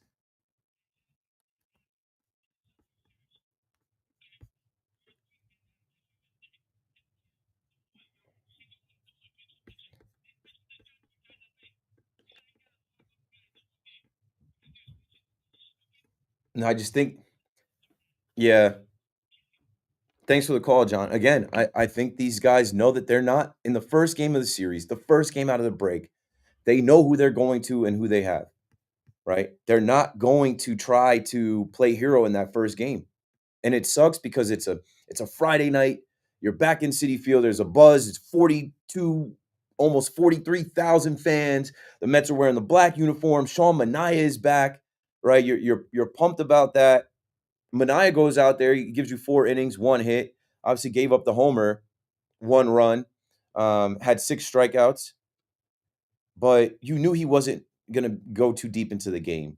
It's his second outing. He had 69 pitches, and I'm sure that the limit was probably 70. And then you go to Carrillo, and not so great. Not so great. Alex Carrillo goes out there, and he's no good. But then they talked to him in the post game, and he said like, yeah, I know Carlos Mendoza has faith in me to get it done. I think we don't put enough emphasis on the fact that these players don't do their jobs, that these guys give it up, they don't have it, and like it turns into home run derby, and it's just what can you do at that point? Mendoza is not going to chase the win. Mendoza spoke after the game and said that he's not going to throw his high leverage guys, and he's also going to protect Sean Manaea because they got a longer way to go. You kind of lose the battle but try to win the war. And today they try to even up the series and win the next 2 games to take the series. And we know where they are in the standings. I know the Phillies lost last night. The Angels beat them 6-5, so that helps. I mean, but for the Yankees, you're 3 games behind the Toronto Blue Jays, and you see them soon. So with the thought about yesterday, we were all trying to figure out why Ian Hamilton is opening the game. We get an alert that Ian Hamilton will be the opener, and we start thinking about, okay, where's Cam Schlittler? Is he going to be the Bolt guy? Why can't he just start? And then Boone meets the media and tells the media that Cam Schlittler was supposed to start, but he felt some upper arm soreness midweek. The MRI was negative, but they hope that he'll be able to start one of the games in Toronto. So the Yankees are looking ahead to Toronto, and they're trying to have Cam Schlittler ready for then. Carlos Rodon, who pitched Tuesday in the All-Star game, which I knew him pitching Tuesday, he wasn't going to pitch. coming right out of the break. He pitched Tuesday in the All-Star game. All right, it is what it is. He isn't available. And then Max Fried being back in Atlanta, right? You would think they'd want him on the mound in Atlanta. No, he's got the blister. They got to give that some time to heal. And so they are trying to line these guys up for Toronto because this is a very important bounce back series. You can't lose this next one in Toronto. You know, if the Yankees go down there and get swept again, and that's the team ahead of you in the standings, like that, they're going to dig themselves into a hole. So yeah, that's next on the docket, right? They leave Atlanta and they go back up north to Toronto for 3, and they're trying to have their best pitchers on the mound, and hopefully these guys break out a little bit. But yeah, we'll start talking about the pitching and how they've lined up the pitching. We'll start talking about the lineup. And like I said, when I saw the lineup come out, my first thought was like Dominguez versus a right-handed pitcher. Like, why are is Dominguez going to be the leadoff hitter or no? And I started thinking about Trent Grisham. I'm like, maybe they're still trying to showcase Trent Grisham and give him an opportunity. But they end up batting Dominguez 5th, and the lineup didn't have it. The offense didn't have it, but that game was over. That game was over 3 different times. That game was over when you say that Ian Hamilton, who hasn't even been great out of the bullpen, but now you force him to start the game, right? The Yankees do this. This is Yankee arrogance. Oh, we can play guys out of position. Oh, we can get by with DJ LeMahieu at second base and Jazz can play third and we'll just be fine.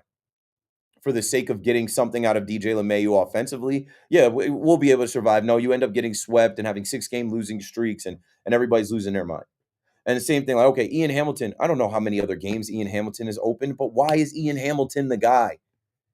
The game is over. The game is over as soon as you go down 3-0. And then it's over again after you have another scrap heap, clearance rack, bargain bin guy that you got for nothing in Rico Garcia from the Mets. You have him come in and he gives up a 3-run bomb to Ozzie Albies. So these guys are first game back are just going through the motions. First game back, have no energy, no juice, not ready to play. And who does that fall on, folks? I don't know. Bobby's in Belmore. Bobby, you're on the fan. What's up, man? Welcome back.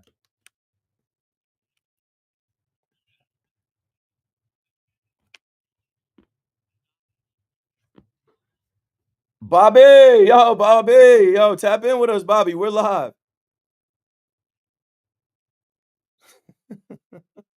I think I heard something about doctors, hurt my back, kitchen. Bobby, you are on hold. If you listen to the radio on the little delay and then you hear us and then you hear the same conversation going on wherever you are, tap back in. Simon in New Haven, Connecticut on the fan. What's up? Good. Thanks for calling. Well, not every weekend, but once in a while, yeah. But whenever you get to listen to me, thanks. Appreciate it. No, he just signed an extension.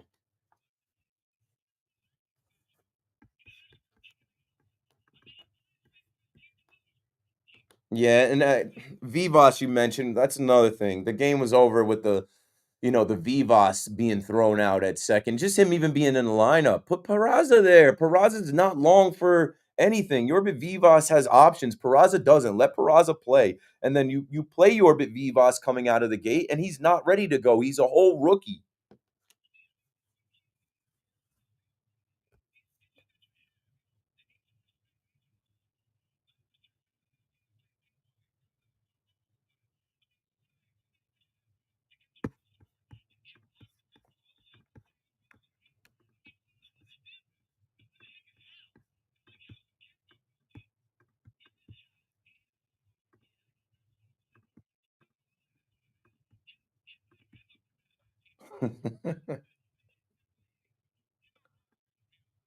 Yeah, thanks for the call, Simon.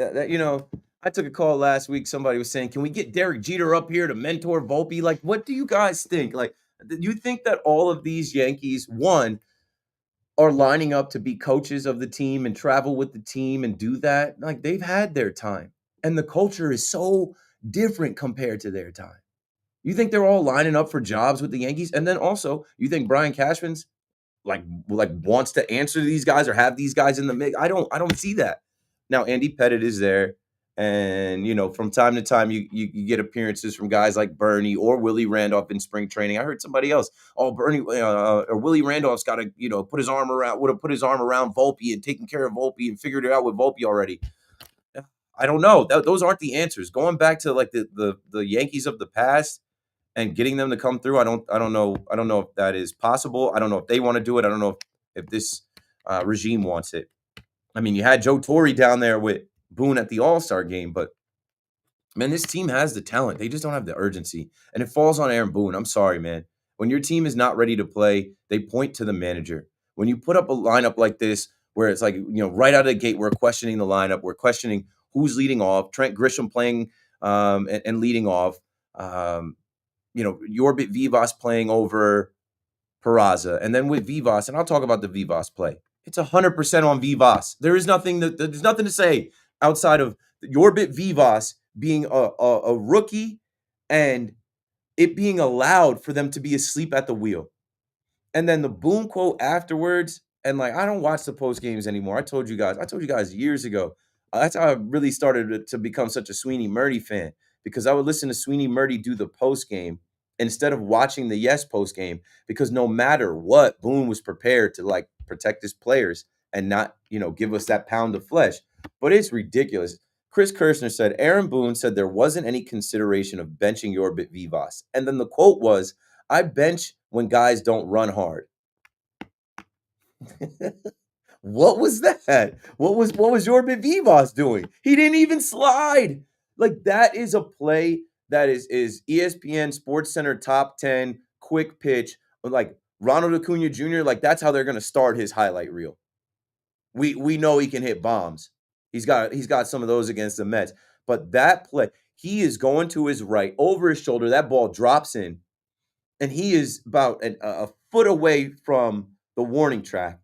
And all he does is turn around and knows exactly where the third baseman is, throws that ball, and the third baseman deked Yorbit Vivas, a rookie. One, you got to know that ball is going out there. That's Ronald Acuna Jr. out there. Not to be confused with Luis Angel, nothing like that guy. That's Ronald Acuna Jr. He's got a cannon. Like, this guy can throw you out. If you're not tagging up, sprinting, and getting down head first, slide into the bag, you're gone. You're out. And the look on this kid's face, he should have been sat down. That's the perfect. You have Peraza. That's the perfect guy you make an example of, and you teach him in that moment. In that moment, you say, "Hey, bro, come right here. You're out." That's not how we're going to start the second half. That sends a bad vibe and message, a bad vibe to the rest of your team, and a bad message to the fan base. Brian out on Long Island. What's up, man? You're on the fan.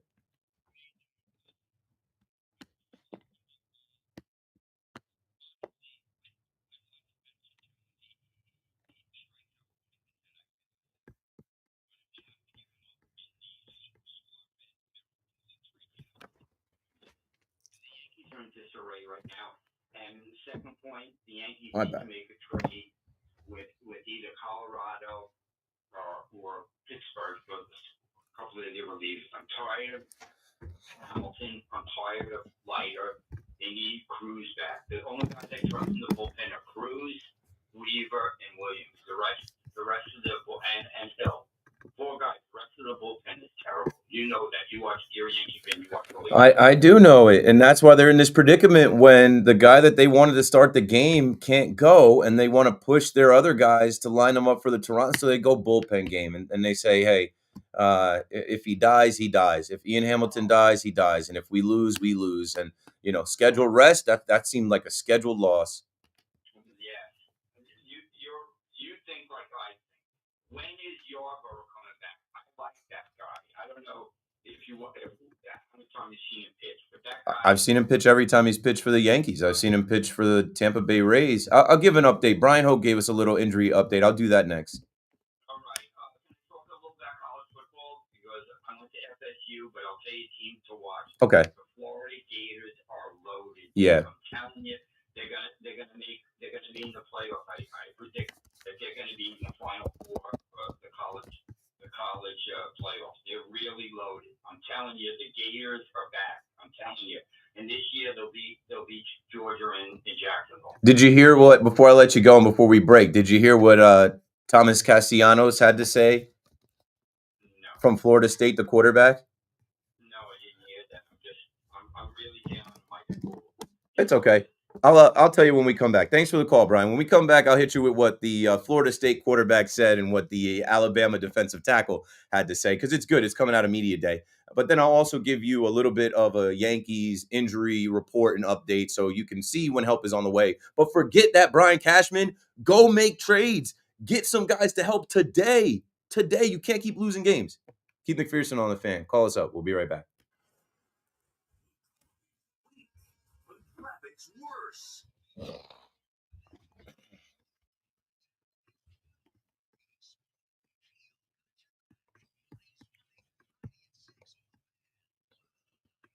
Yo, my bad, yo. So what happens, and this happens all the time, and I just gotta leave it, but I try to break the wall down. Right now, you guys are hearing me on my MacBook built-in microphone. When I switch, and sometimes I forget to switch because I'll be talking to you guys during the break. Sometimes I forget to switch. Now this is switch. Till you find out that your house has been sold, or till several loans or several banks are foreclosing on you. For pennies a day, Home Title Lock puts a virtual barrier. So like shout out to Nick in the chat. Just say, yo, we can't hear the callers anyway. Like just tell me, because like I'm in here, I'm watching David Wright and the like ceremonies and stuff that's going on at Citi Field. I'm looking up articles, I'm looking up information. I am trying to like do the show, and there are times where I just forget a little thing about switching the input audio, which is so that you guys can hear the callers and not just the microphone here with me talking. So thanks for that. Let me go back a little bit and see what you guys are on in here. What do you think of Boone's comment? I bench guys who don't hustle. Yeah. I'll get back to that. Because that is crazy. Like Vivas clearly pulled up. He didn't even slide. That's how that play was able to even happen. And then the rest of the game, we saw guys like Belly didn't hustle. In the same inning that Jazz didn't hustle, Belly didn't hustle. So I'll get back to that. Keith, starting pitchers, bullpen, third base, rank what you think the Yankees need most right now. Bullpen. Well, obviously third base. I don't want to act like we don't have help coming back. Third base, bullpen, starter. In my humble opinion.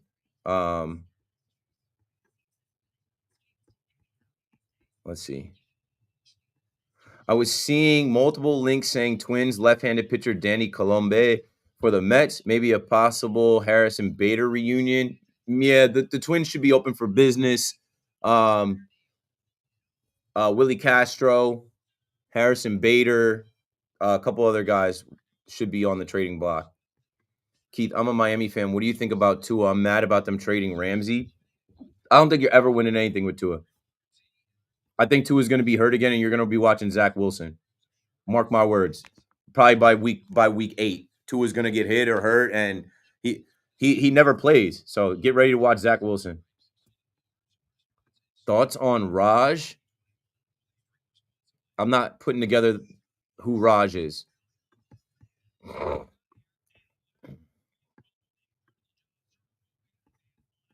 So yeah, I'm gonna come back with the college football is gonna be good this year, man. Let me see here.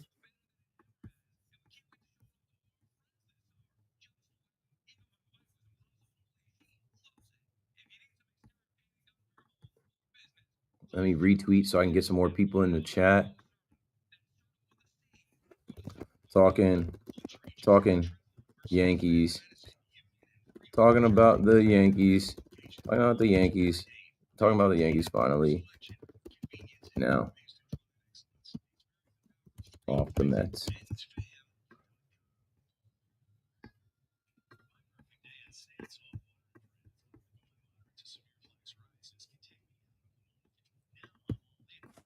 Thanks.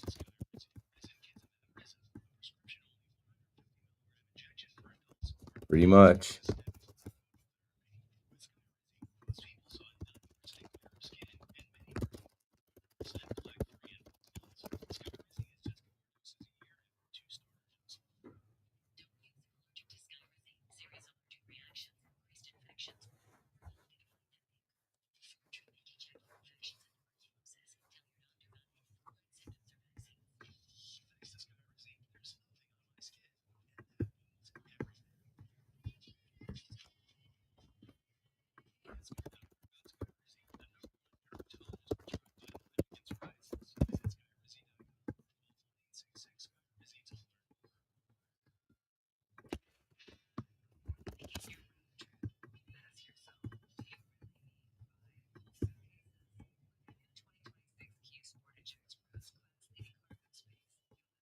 Okay.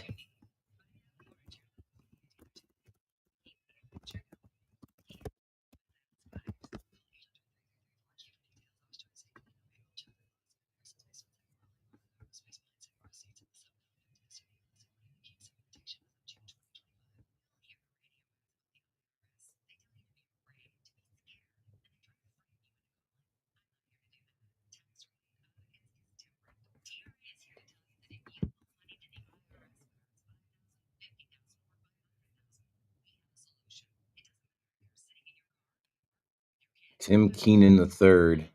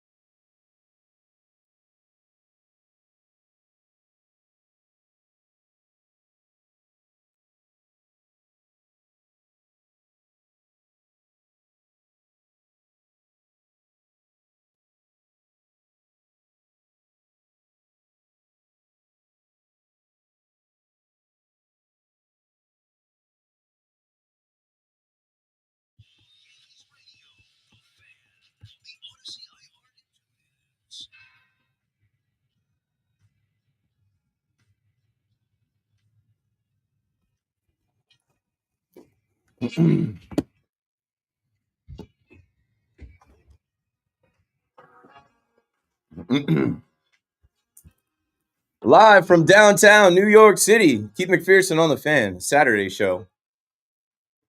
I'm looking at Steve Gelbs in his suit as the Mets are set to retire David Wright's number 5. The ceremonies are starting. I see people in their seats at Citi Field. The apple is up with the number 5 on it. They're already playing a lot of different highlights and things on that big screen. So Mets block party, a festival of sorts for Mets fans. That's why you get the nighttime host. You get Chris is, on his Saturday show 9 to 1 anyway. And then you get me 1 to 5. I think it lines up perfect because we're not trying to go to Citi Field today. That's not our party. That's not a place you would find me. You find me right here though, talking about the Yankees, and we'll continue with the Yankee calls. 888-808-1019. Yes, it's time. We can lay into them a little bit without completely talking about them being, I said I wanted to be positive, but you still got to be real. And before we get into that, I did want to finish the conversation I was having before. I said I would talk about the Yankees injuries. That'll lead us back into the Yankee conversation. But yeah, there was a story that popped up from Media Day over the last couple of days, right? I don't know how deep you guys are into college football, but Thomas Castellanos, and we are in this era of college football where these players are transferring with the transfer portal, and then there's NIL money, and now what was the wild west of NIL is starting to be regulated. So stay tuned. I think this is going to be a great year of college football. But this young man, Thomas Castellanos, who plays quarterback, and you can't play quarterback without thinking you're the best on the field.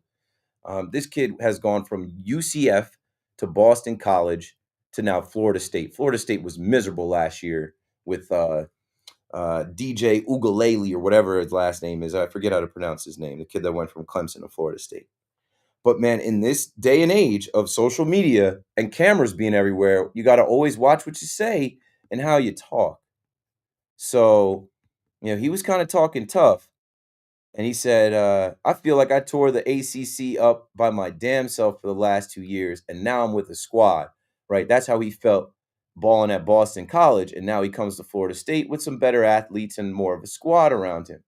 But let me find his exact quotes that got Tim Keenan III to say something that I thought was setting the stage. And if you fights like boxing, there's always the the prelims and the you got to have the weigh-in to kind of get people excited for the fight. And I think this is going to get people excited for Florida State, Alabama when the time comes. So this young man was quoted talking about Alabama in the offseason. And he says, I don't see the Crimson Tide stopping me. They don't have Nick Saban to save them. So, I mean, Alabama's been a top football school. Even without Nick Saban, they're still going to recruit top talent. They're still going to have some really good players. They're still going to have NFL players. Let's see. not to be mistaken with prospect telling. Okay, so then Tim Keenan the third, who is a defensive tackle, he responds at Media Day, SEC Media Day last Wednesday, and he says disrespect will be addressed. And if you see the video, he was dead ass serious where he said the disrespect will be addressed. As a quarterback, you do not want that guy who is 6'2", 335 pounds, right across from you, might be right above your center. You don't want that guy to be a little extra motivated to make your day a long day. So yeah, that's just a little bit of college football, which we never do. But it's Saturday, and we are only a couple Saturdays away from week 0, and football being back in our lives. 888-808-1019. I grew up a Florida State football fan. I've been down there. I used to love Florida State football before I even knew that like these were college kids. I mean, they've fallen off completely, but maybe Thomas Castellanos and his swag and his confidence brings them back. And now this little war of words between him and the Alabama defensive tackle kind of sets the stage for that matchup. Anyway, we got to set the stage for the Yankees and the second half of the season. I said I was going to give a little injury update. Brian Hoke tweeted out, Luis Heel is scheduled to throw 55 to 60 pitches at Somerset, and he's looked good. Luis Heel, I'm in here today rocking the Somerset Patriots gear. Shout out to the Somerset Patriots.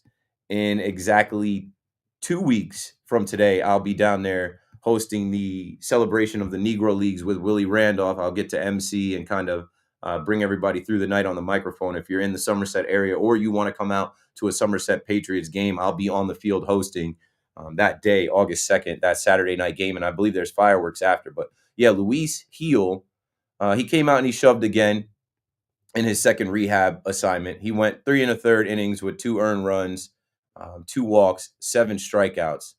And I got to try and find in my notes like how hard he was throwing. But everything that I've seen, he looks the part. He looks himself. And it's been so long. You can only hope that Luis Heel comes back as a starter and can help this team. Now, the last caller before the break asked about Ryan Yarbrough. And Brian Hoke writes that Ryan Yarbrough is continuing throwing, but has not tossed from a mound yet. And when you look at the Yankees injury report that they have on MLB, where they try to give you like a soft timeline, he's expected to return in August. We're not that far away from August. Mark Leiter Jr. is going to be back sooner than I expected because he just had like the stress fracture in his foot. I just didn't know how long it was going to take that to heal. And it came up, it was just so random. He's doing a throwing program, and they hope for him to bullpen. They hope for him to return to the bullpen in Toronto, in the Toronto series. Now, I don't know how you feel about that. That might not be something that you're looking forward to, but hey, help is on the way. And you just hope that he gets some better luck and has some better defense behind him. Fernando Cruz, his recovery is going well. We were thinking September for him. He's going to resume playing catch this week, and they think he could be back as early as August. So some arms on the way, but I hope that Brian Cashman does not wait on that. I hope that Brian Cashman is proactive and doesn't wait for the buzzer, the deadline, to add help to his team, because they, between injuries and just guys that can't perform, they have next to nothing. And this is a very important stretch for the Yankees, and it's an important stretch to like, come on, man, get locked in, get dialed in, get focused. This is the last thing I'll say before the break as the Yankee calls are coming in, and I'm getting tired of calling Boone cool dad, because I understand he's the manager of the team and then like he's not going anywhere. But like when you come out in the post game and tell the press, I bench guys who don't run, and you have a guy, a young guy, a whole rookie get thrown out that not even like he doesn't even slide, he doesn't even get down. This kid hasn't earned anything at the major league level. That's exactly the guy that you pull out of the game to one, teach a lesson, but two, send a message to everybody else. It didn't send any messages. In the 6th inning, you have Cody Bellinger grounding out to second, jogging the first. And everybody made more of a big deal out of Jazz because Jazz is more of the polarizing figure. Jazz did the same thing to end the inning, and Michael Kay said something about it, so it got more attention. But what are you talking about? You don't bench guys that don't run? Well, then you would have had to sit, or you bench guys that don't run? Well, you would have had to sit Belly and Jazz for the rest of the game, but they just went quietly into the night and made the Braves look like the Braves that we saw before this year. 888-808-1019. 2 hours down. 2 hours to go. Keith McPherson on the Fan. I'll be right back.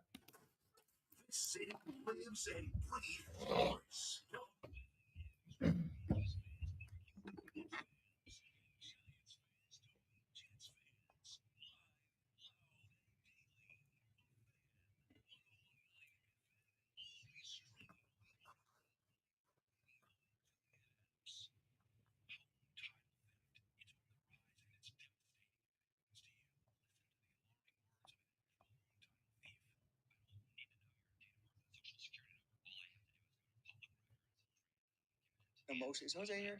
Jose's getting emotional in his old age, so he's gonna start crying here in a minute. He's gonna make me cry, so this is gonna be a whole thing. So this is. I told him this the other day. If I was gonna create a baseball player in a video game, I'd create Jose Reyes. He could do it all. The energy, the enthusiasm. He's certain.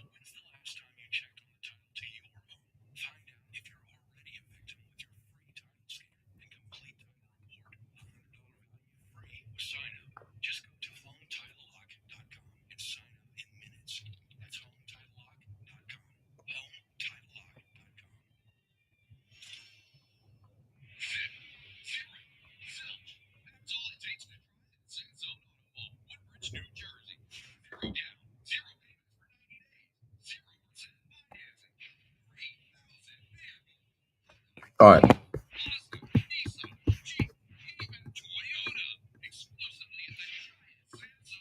Yo, see, it didn't matter because I didn't end up taking any calls. But I forgot to switch the mic on that break. So I'm gonna switch the mic after I'm gonna remember because we're about to have the update. I'll be right back.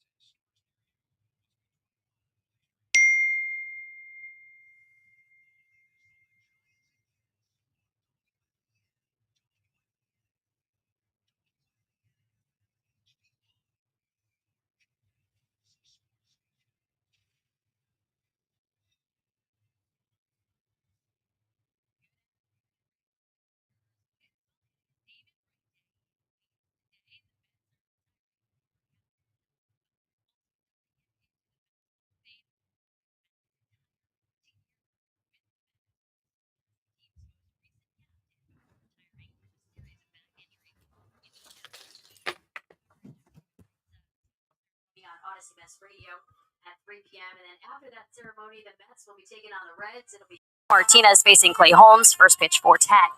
Tonight, the Yankees will send Will Warren to the hill to face Joey Wentz when they continue their series against the Braves in Atlanta. The Bombers kicked off the second half of the season last night with a 7-3 loss in the opener.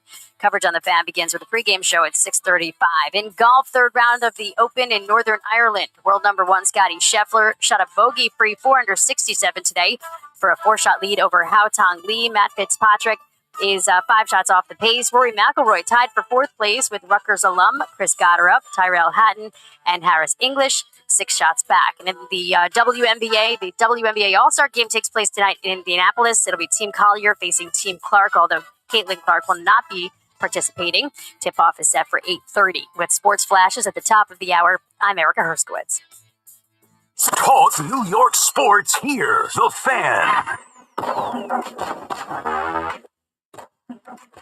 The champ is here.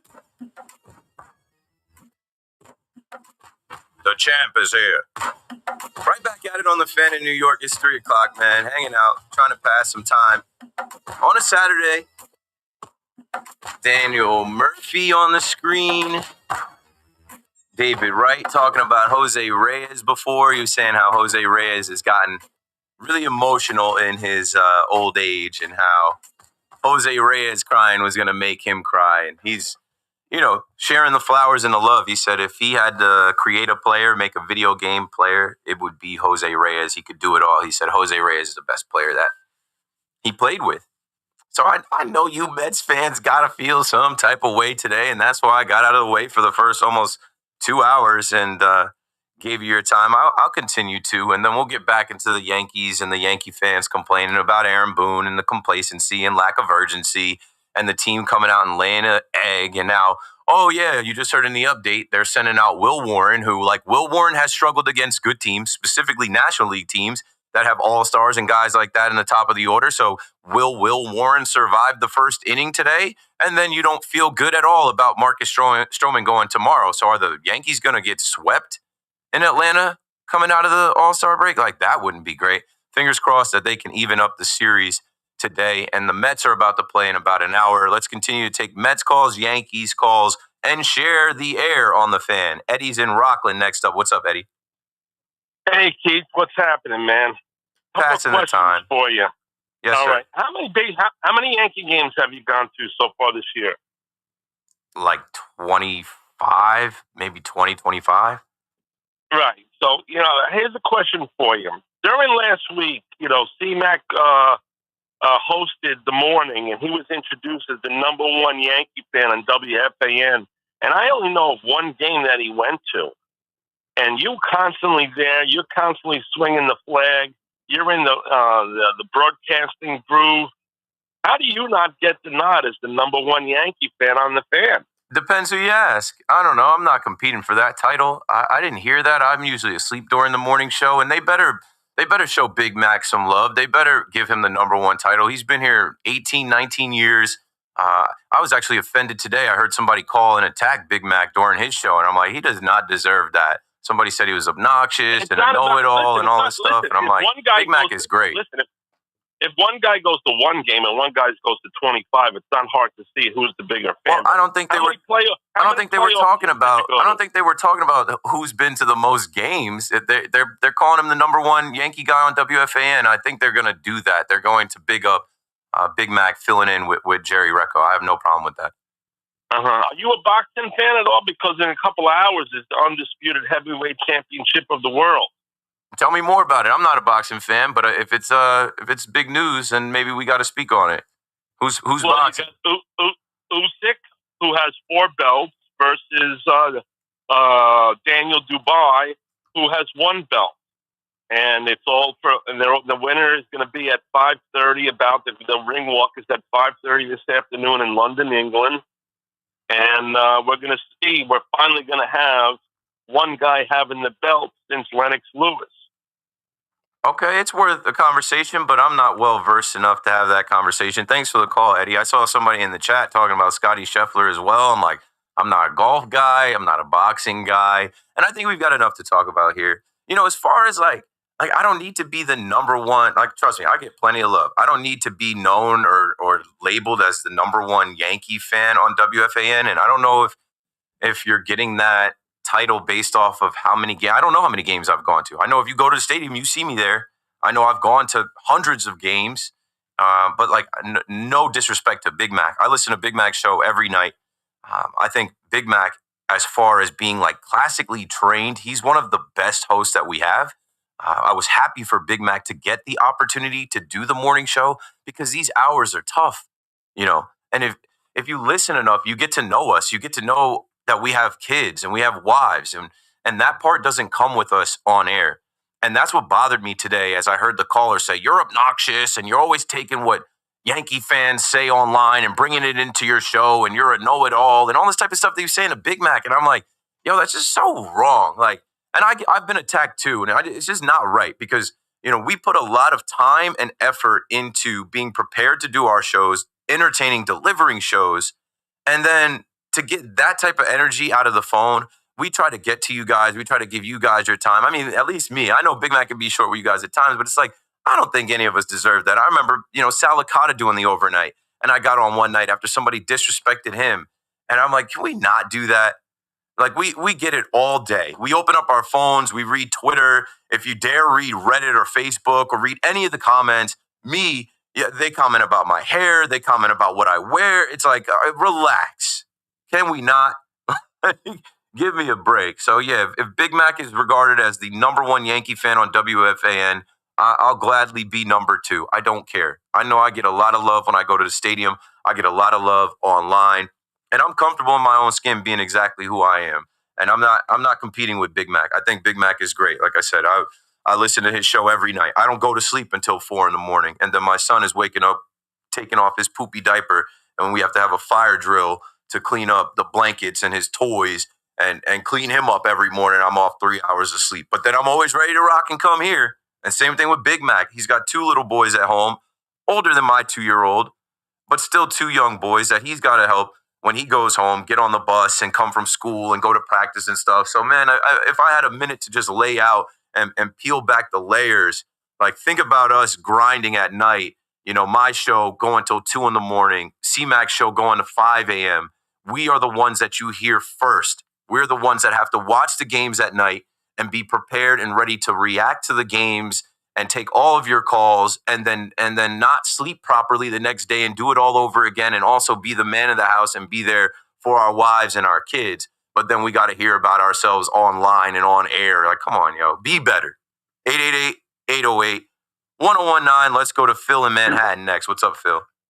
Hello, good afternoon. I think it's about time that Dan Topping was admitted to the Baseball Hall of Fame, and let me tell you why. Dan Topping was the president of the New York Yankees from 1947 to 1964. During that time, the Yankees won 14 pennants and 10 World Series. But besides that, Mr. Topping was a combat veteran of the U.S. Marines, serving during World War II, and was married 6 times and had 9 children. I have no idea why Mr. Topping is not in the Baseball Hall of Fame. Could you explain that? No, I really can't. Thanks for the call, Phil. That kind of caught me off guard. I'm not that familiar with Dan Topping as I'm Googling and looking him up. I guess as we're honoring David Wright today and we're talking all about him, it's a time to throw other names into the hat as far as who should be in the Hall of Fame or inducted. I know we got Ichiro and CeCe going in this year.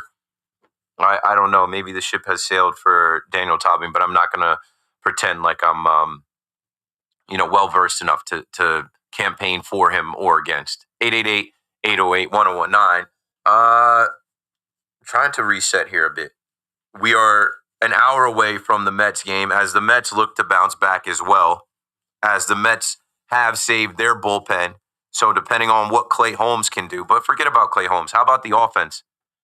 How about the Fab Four, the Met Quartet, the Flushing Four? How about the guys that get paid the big bucks to perform? I know there's going to be a ton of energy in that building. There's not going to be the same amount of energy for the Yankees, but the Yankees travel well, and it's Atlanta. There's going to be some Yankee fans there rooting on the Yankees, and they don't need them to root them on. The Yankees need to be the Yankees as well. They're big money guys. They're big name guys. You kind of just got to move on from the first game, and both teams need a win tonight to even up the series. Let's go Clay Holmes, let's go Will Warren, and let's go Bats and pick up the pitchers and give them some run support so we don't feel like, wow, okay, we lost, both series coming out of the gate, and it doesn't bode well for the future. Like, I've said this on the Fan, and this will be the last time I say it because this is my first time on in the second half, but I said this in the beginning of the season, and I'm still there. I don't see either one of these teams winning the World Series. I would love to be wrong. If it's a Subway Series, great, because that guarantees us a parade. But I just don't see these teams being World Series teams. With the managers, with the players, with the lack of pitching, the lack of, situational hitting, runners in scoring position, like, I don't see either one of these teams. There are too many good teams in Major League Baseball, good managers, good players, and the trade deadline is a competition in itself. We have all these players in mind and guys that we want on our wish list. They're going to go elsewhere too. I reminded folks that, like, it's going to be the Yankees and Mets competing for some of the same bullpen arms and stuff like that. But there's also other teams. The Dodgers, they don't waste a deadline. They're going to get better. Other teams in your division, are going to get better. The Phillies, the Blue Jays. I don't know. I don't see these teams as World Series teams as today, but they can change my mind with how they play in these next couple months and who they add at the trade deadline. Greg is down in Fort Myers, Florida on the Fan next. What's up, Greg? Oh, Greg, you got out of the car.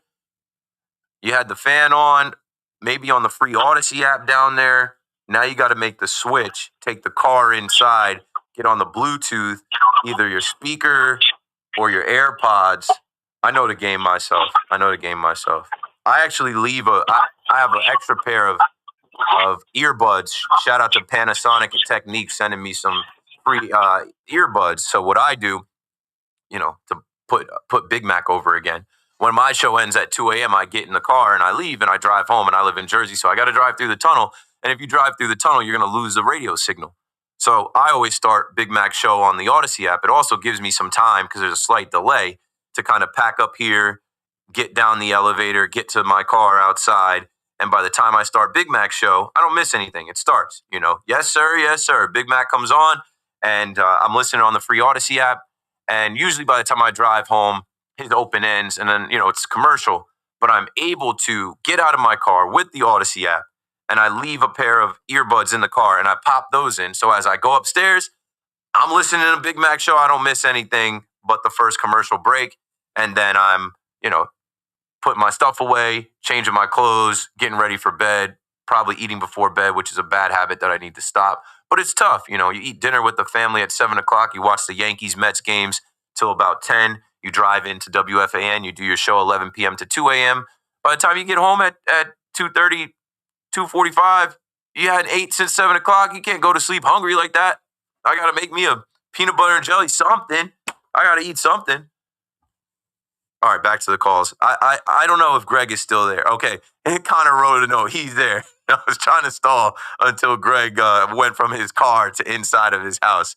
Greg in Fort Myers, Florida on the Fan in New York. What's up, Greg? Hey, Keith, that's exactly what happened. I apologize. I've been there. I know. I could tell. I can hear it. Yeah. So obviously everybody's talking about the trade deadline. I'm a Yankee fan. Do follow the Mets as well. We're all looking for the big move.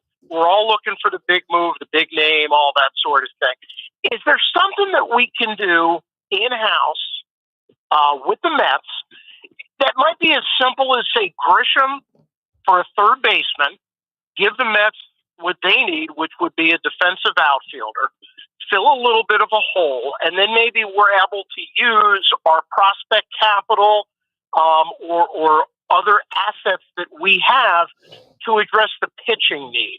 Just curious as to your take about little things. So your like that. hypothetical trade is for the New York Yankees to send center fielder Trent Grisham to the Mets in exchange for, let's say, Brett Beatty? Yeah, Beatty. I doubt Vientos is possible, but Beatty. I don't think they're going to move a little bit of Vientos flexibility. Yeah, probably not. for anybody. I just think what you saw out of Vientos in the postseason, there are star players like Aaron Judge that you're waiting to perform like that, and that kid showed it young. I think they know that's in there, and they got to get him right. Ronnie Mauricio is another name. I don't think they're moving on from him because he just profiles to be a stud. His swing, his build, he's probably the best third baseman out of all of the three. Maybe if the Yankees are interested in Brett Beatty, I doubt it, though. Another left-handed bat in the lineup. They need a right-handed bat. I think they're going to go bigger than a Brett Beatty. But I am interested in packaging Trent Grisham to trade him in somewhere versus trading a prospect and trading him somewhere so that you can free up center field for either Bellinger or I still am on the put Dominguez in center field train, but I know they're not. But so that, Dominguez can play every day and just be your leadoff hitter, and then you don't got to worry about it. Dominguez leading off and playing left field, and that's what, the Yankees do for the rest of the way. Yeah, what scares me is obviously Suarez is going to be the big acquisition for a lot of teams. Is there a way that you're able to get him without having to tap in, to the Spencer Jones, the Lombard, that sort of thing? That's what I want to make sure they don't do. Yeah, I was talking about it this week. Thanks for the call, and thanks for, staying on hold as you caught up with us, going from the car to inside. Like, I've had people message me and they're like, man, I sat in my driveway listening to you. I'm like, you don't have to sit in your driveway and listen to me, and I appreciate it. There's an Odyssey app. You can put it on your phone.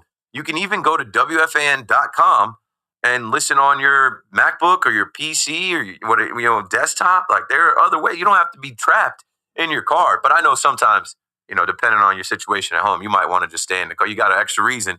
Hey, what were you doing in the car by yourself? Hey, that was just my time. That was just some me time. I was listening to Keith McPherson. I wasn't ready to come in the house yet. I was waiting till the next commercial break. Well, here it is. Here's the commercial break now. 888-808-1019. We're talking trade deadline. We're talking about the Yankees. There's still some more things to do. I'll throw out some more trade deadline names as far as players that the Yankees will go after. I'll throw out some prospects, some untouchables for the Mets and the Yankees as far as, guys that we don't expect to be moved, but help needs to be on the way ASAP. You're listening to Keith McPherson on the Fan. Don't go anywhere. I'm coming right back. To double up the run, first throw back, he got him! It's the Bronx Bombers in the land of the Braves. 7:15. What, man?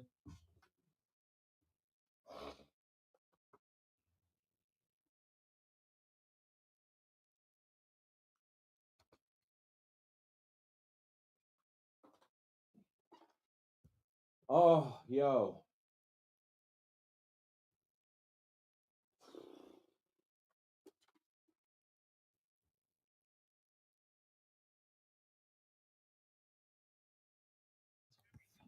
Yo, allergy eye. I was itching my eye. Just hit the eye drops. But yo, big super chat. Man. Tyler throwing money. Let's see what Tyler has to say here. Keith was wondering what your thoughts were on Spencer Jones and if we're going to use him as a trade deadline guy, because I was looking at his stats and it's a replica of Judge's in the minors. And to that caller, no grist trade. Okay, so I will lead with this.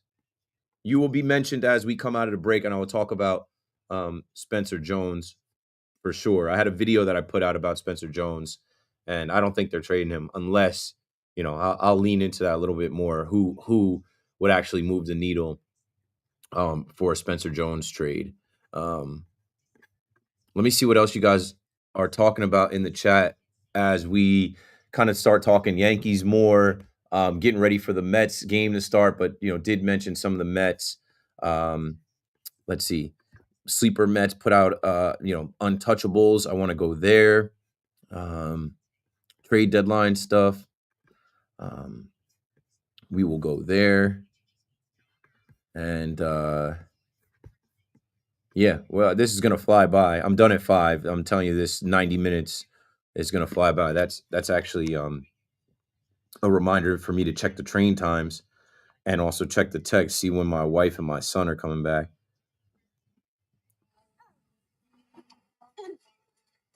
Where you going? You going home? Go run in the sprinkler.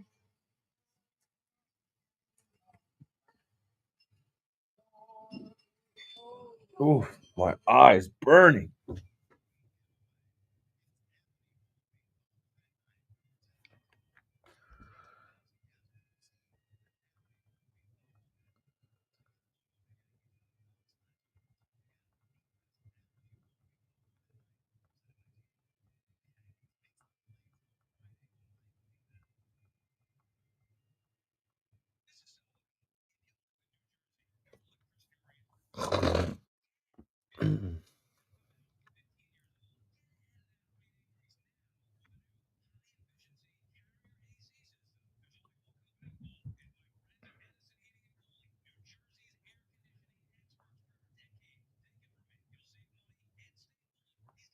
Okay. Chat. Let me see where we were. Yeah, I was talking about I do want to do streams, but my son goes to bed at 7:30, and I have that studio room. There's no TV in there, but like I've thought about doing live streams. I used to. I've done some live streams during Yankee games and Met games. So yeah, let me get the volume ready in here because they're gonna start this David Wright ceremony.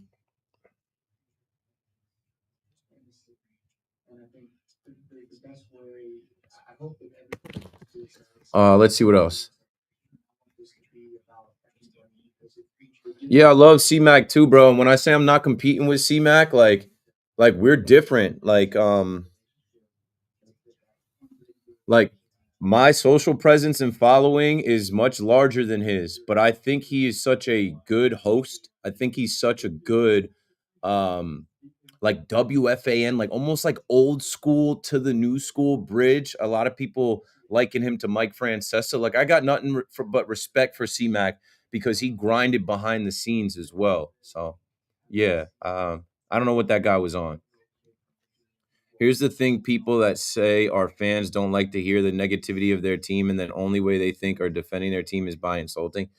Yeah, I don't know. The Yankee fan, there's too many different opinions and takes and things. It's all over. Big Mac's not obnoxious. He just likes to have a debate. The way he talks brings ratings and makes his show listened to because of the time slot. I work overnights. If it wasn't for Keith and Big Mac. Right. Exactly. I think a lot of Yankee fans rock with us. We have different styles and approaches, but I think they're good and both needed. Yeah. Appreciate you. Tyler, what up, bro? Again, thanks for the super. To agree with you, Keith. The way Mets fans have been running, they can go to the playoffs, but those teams are going to eliminate them. Yeah, bro. There's too many good teams. I don't feel like the Mets or Yankees are destined this year. Beertopia. Cheers. I think I'm gonna crack some beers tonight. As a matter of fact, I'm gonna tell my wife I'm in the mood for sushi and Japanese beer tonight. Probably grab some on my way home.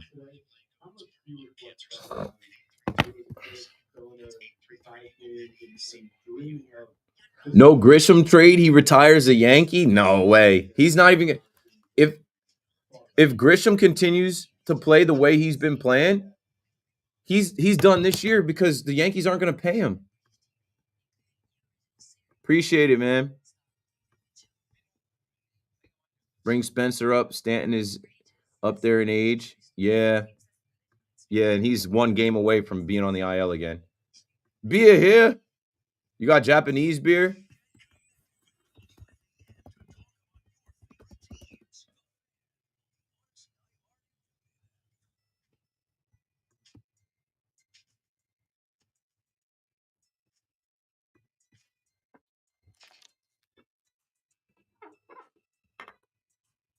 Yeah. All right, let's do it, man. 888-808-1019. WFAN, the fan in New York. Keith McPherson, your nighttime host, usually on after the Yankee games, or this past week on at 7 p.m. doing the 5-hour KM to AM. Little daytime Saturday show here, 1 to 5. I'm running out of time, so let's get back to it. David Wright on my screen as the Mets look to bounce back. We started talking about the Yankees game. We started talking about the trade deadline. I'll get into some of the untouchable players that I don't think are going to be moved unless there's and there's not going to be a Paul Skeens or a Jose Ramirez available. But yeah, I didn't want to spend too much time on last night's game because it's a lot of negativity and there's a lot of people kind of just like over exaggerating the losses. It's deflating because you're so excited for baseball to come back. It's deflating to lose that first game, but it's a loss just like any of the other losses are. But there are obvious things, and I think there's a parallel. Both teams need bullpen help at the deadline. Both teams are going to be going for some of the same arms, and they don't need to wait. Sorry, I had to sneeze. Let's go to Dwayne in Union on the fan. What's up, Dwayne? Yo, I'm in here. I'm getting ready to watch. They're doing all the festivities. Everybody's dressed up, got their suits on, and during the breaks, I'm listening to SNY. It's a great day for Met fans and David Wright, and I'm here hosting the show because they know I wasn't going to Citi Field today.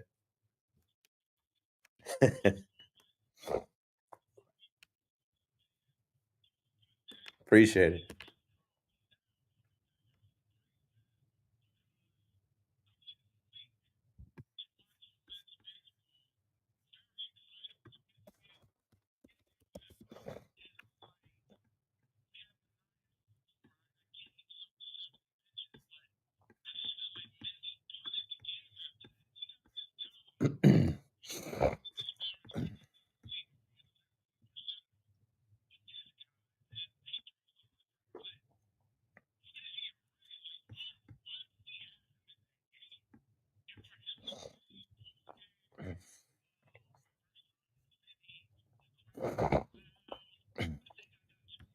Yeah.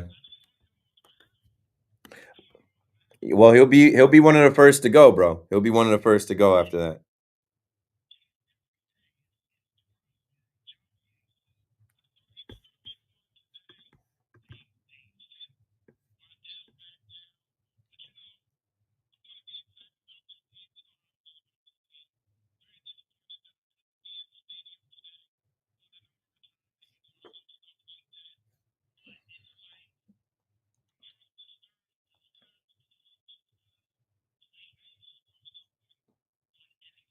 Mm-hmm.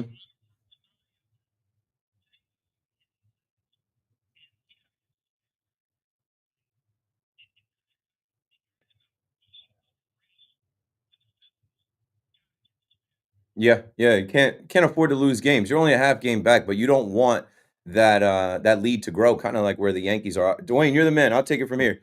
888-808-1019 as we get last calls in from last night's Mets game, because in about 40 minutes, last night's game won't matter. You'll be into the next one.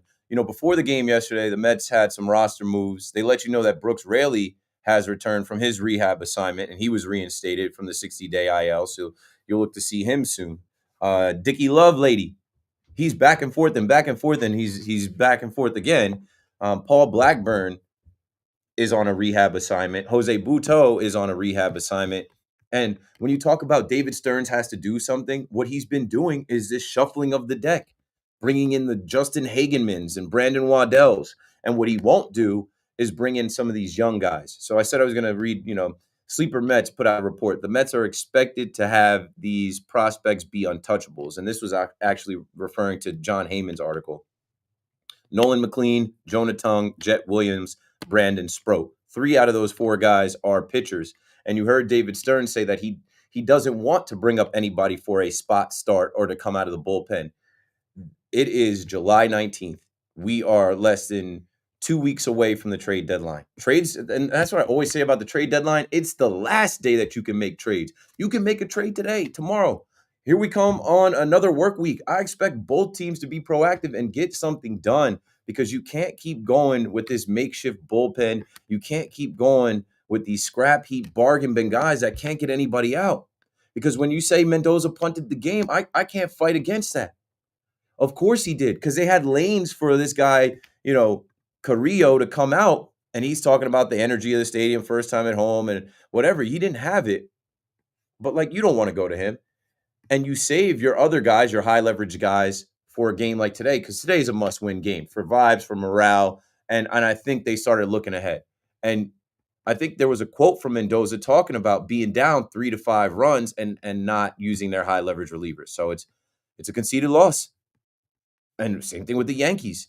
With the Yankees yesterday, you're forced to throw Ian Hamilton because Cam Schlittler, a whole rookie who's made one start before the All-Star break in Yankee Stadium, he felt something in his arm. He wasn't ready to go. He didn't recover the way that you expected him to recover. He would recover. So you got to do something makeshift. You have to kind of figure it out. And so you go Ian Hamilton as the opener, and nobody has confidence in that. And we're all scrambling, trying to figure out who, what, when, and why. And then they tell us Schlittler's not available. And then we start thinking about down the road, down the line. And yes, they're lining up their pitchers to be able to face the Toronto Blue Jays and to be able to face the Tampa Bay Rays. So if you lose some games to the Rays here, I guess they're looking at it as, hey, it is what it is. The Yankees are 3 games back. They have to have a sense of urgency right now, because the way things are trending, you can't just think that you're going to get whoever you want at the trade deadline. And the Yankees cannot start to drop down to 4, 5, 6 games back, because then it becomes too much of a hole to dig out of. You were up 7.5 games. You were up 7.5 games. It's time to have some urgency right now. Mario in Long Beach, my guy, back on the fan. How are you? Thank you. Thanks for calling.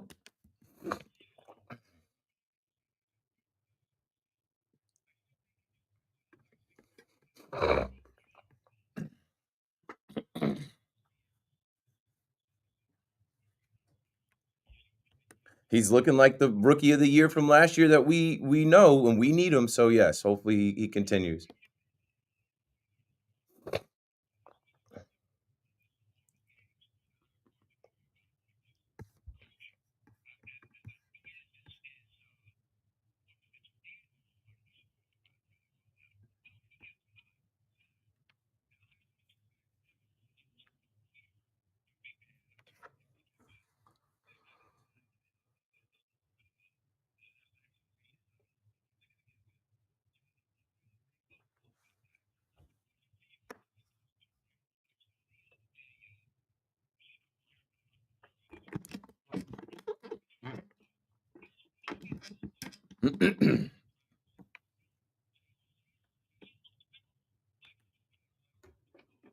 Thanks for the call, Mario. You're just breaking up a little bit, and I have you on a bunch, and I know you're listening and you call. So not cutting you short, just cutting the call short since it was breaking up. And I'll speak on Peraza. In the moment when Peraza couldn't lay the bunt down, it just screams like, "What are we doing here? You're the worst hitter on the team. You're probably the worst hitter in the American League, and you can't bunt." Like, he are they practicing it? So many people ask about, like, Aaron Boone is not a little league coach. These guys go through their batting practice, they go through their fielding drills. Aaron Boone is not holding their hand. It's not instructional baseball. He's not teaching these guys how to bunt. He's the manager. He's got to manage so many other things. Peraza is a grown man. Peraza's been around baseball his entire life. He's got to be able to lay down a bunt. Volpe's got to lay down some bunts.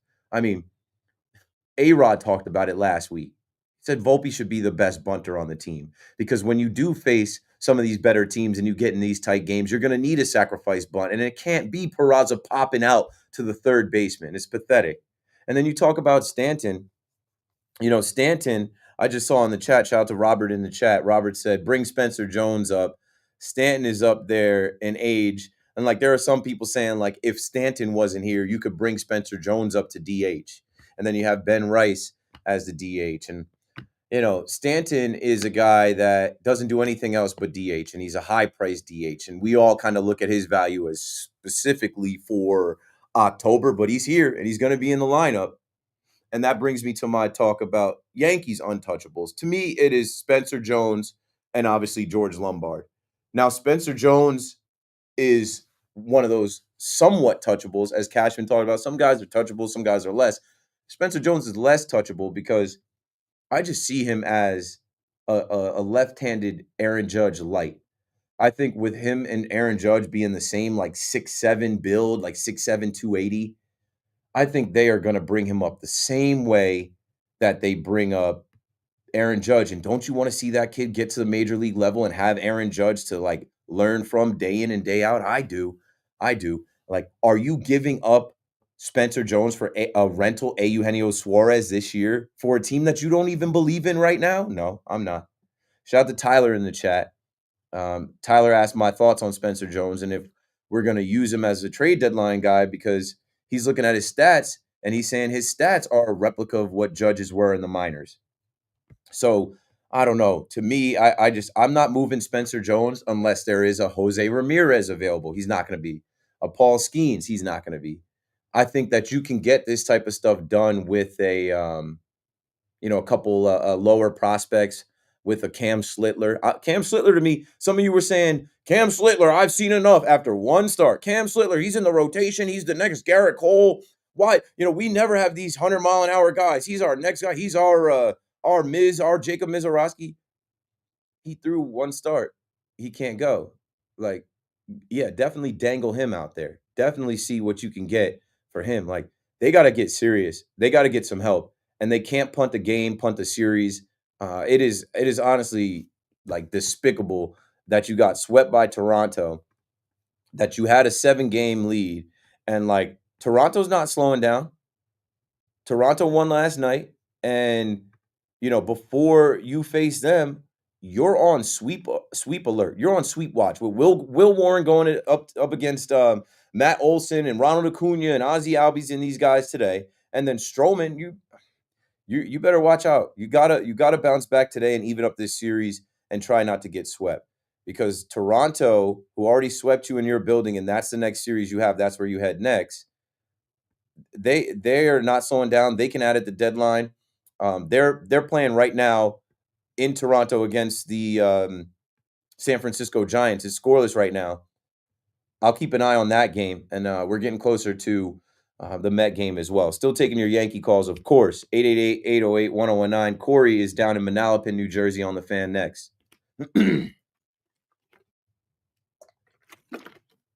Corey, Manalapan, on the Fan. Going once, going twice. Third time I got to put you on hold. Let's see what Stuart in Brooklyn's got for us. Stuart, you're on.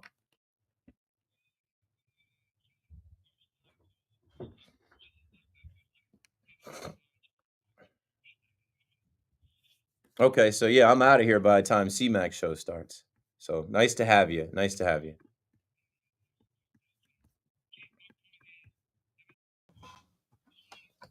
They play for you know why they play for him? Because he never criticizes them. He never criticizes the players when they do things that are with Volpe, with Peraza, or whom else. Vivas did.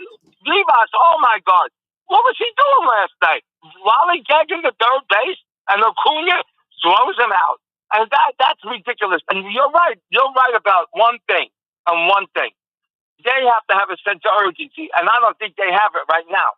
And I think they could turn it on, turn the switch on, and come back. That's how Toronto is playing.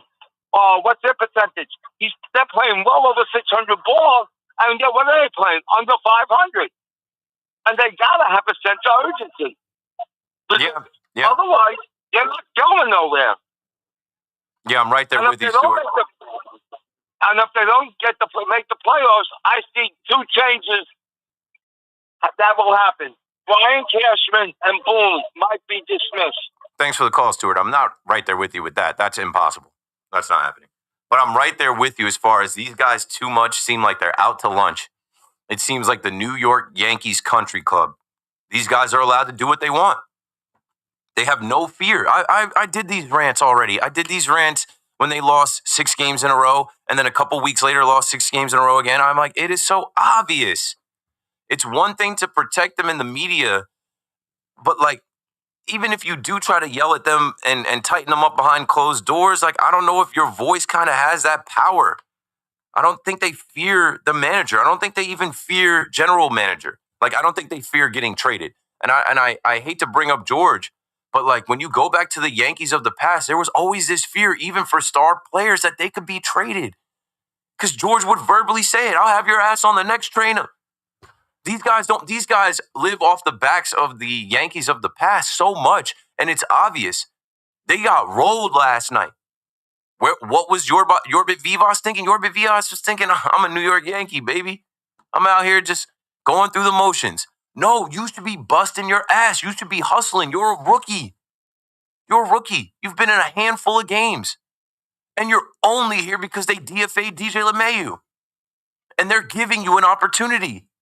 And you get thrown out and you leave Aaron Judge holding the bat. Like, that was the worst part about it. Judge was going to come up with first and third where we could have got back in the game. It could have been somewhat of a game, and it kills your morale. They're down 3-0, and you have a rookie tagging up from second to go to third and doesn't even slide. He gets deked and tagged on the back. It's laughable. That is the brand of baseball that the New York Yankees put out there, and it is not okay. And you know what it is? It isn't just yesterday. It isn't just this season. It's the last few years of this. And it's different guys. It doesn't have to be Yorbit Vivas. You saw Ben Rice running into outs against Boston. Jason Dominguez do it. This is what these guys do. Why? I don't have the answers for you. But I won't say that Boone's supposed to be coaching them up on base running and bunting and that type of stuff. I think it's just an overall general attitude that runs through the team. It's Yankee arrogance. We're the New York Yankees. We got Aaron Judge. We got Cody Bellinger. We got Jazz Chisholm. We got Devin Williams. We'll be all right. We got Max Fried. We got Carlos Rodon. We're going to the postseason. This too shall pass. This happens to everybody. Okay. Well, you don't wait till September to start getting serious. Get serious now. 888-808-1019. It's getting serious in Citi Field. Howie Rose on the microphone. I'm about to go to break so I can listen to this. Keith McPherson on the fan. I'll be right back. Paying all those streaming services and getting your meals from a vending machine? BT.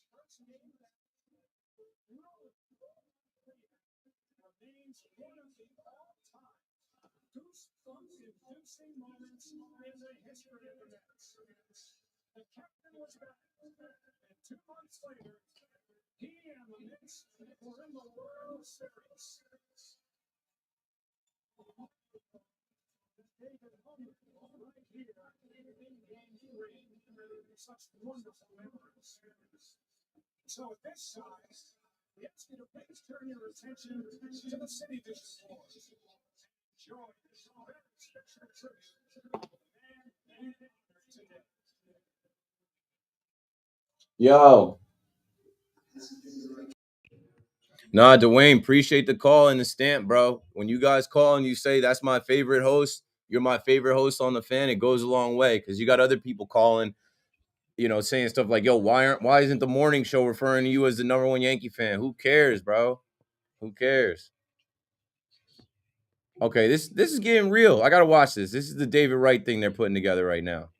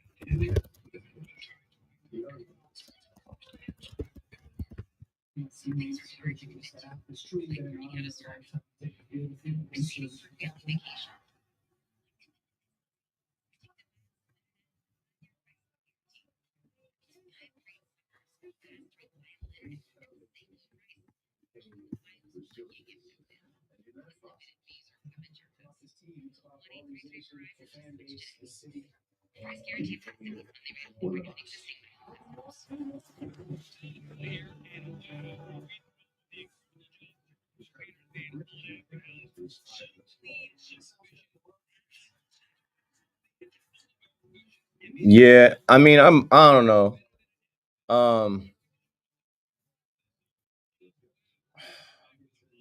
I could set up a monitor, but it might just be too much for my MacBook to stream me live and have the game running. But it is something that I've thought about doing. I got to put up like an extra soundproof wall in my apartment so my son doesn't wake up. Yeah, my bad again. The mic was off. I will switch it back this time. Sorry about that. Wonder what Cashman means by going to town. Yeah, I'm like Title Town. We got to go back to Title Town.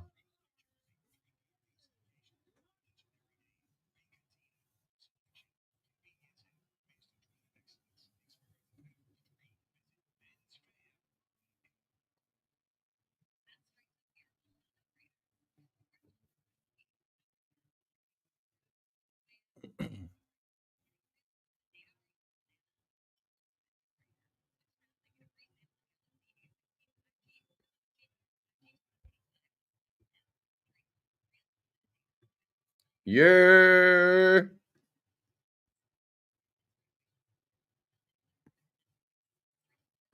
Yeah, it could happen tomorrow, for all we know.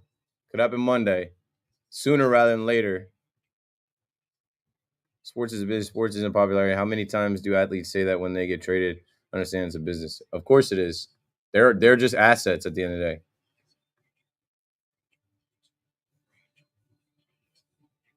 Yeah. Play stupid games, win stupid prizes, what I say. Play stupid games, win stupid prizes. All right, let me switch back.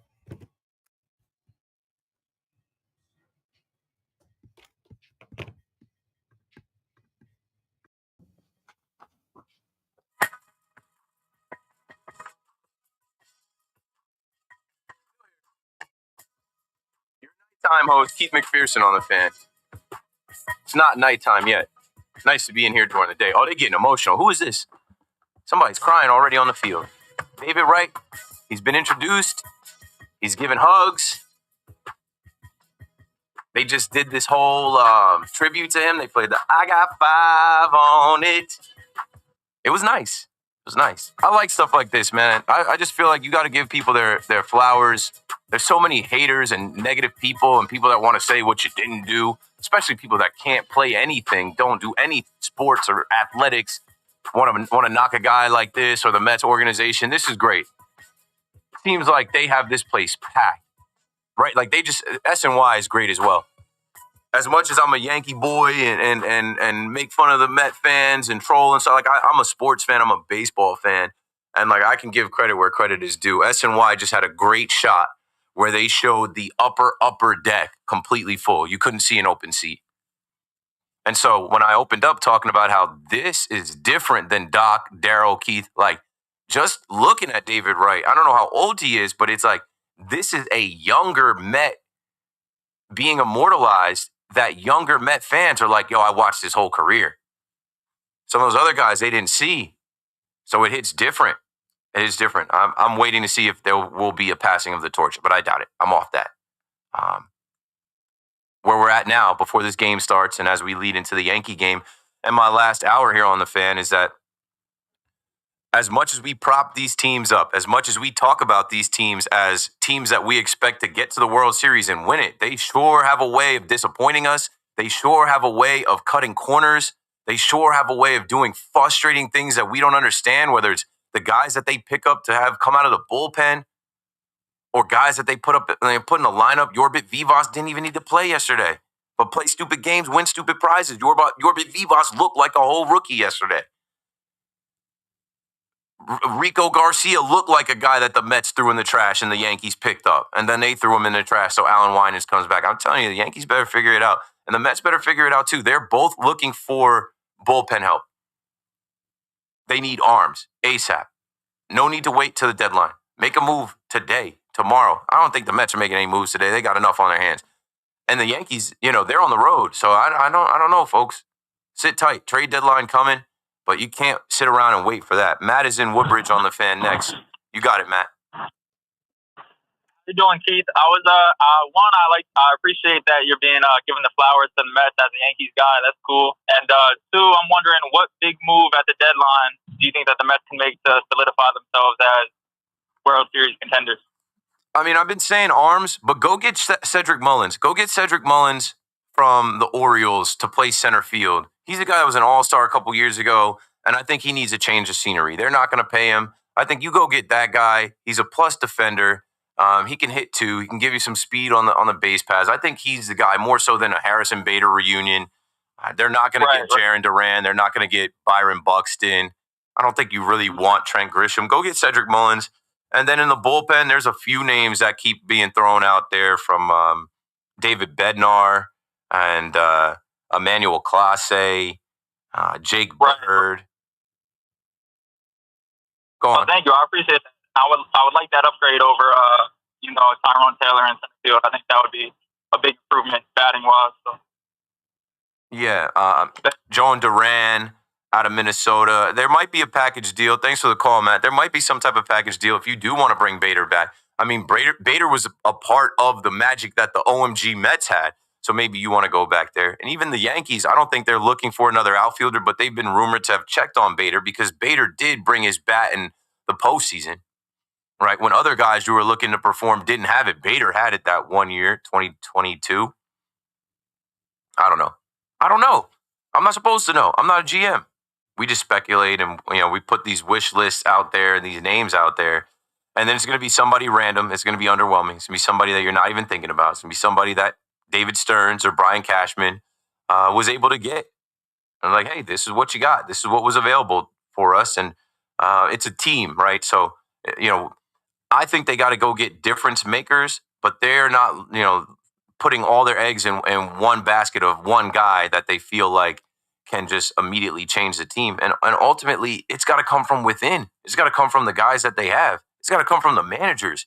Like these managers, second year of Carlos Mendoza, the bloom is off the rose a little bit. Just listening to the fan and watching these games and some of his decisions, whether it's taking Sean Manaea out and going to Carrillo yesterday, or taking David Peterson out and going to Stanek or whatever. Nobody's criticizing these guys coming out of the bullpen. They're criticizing the managers.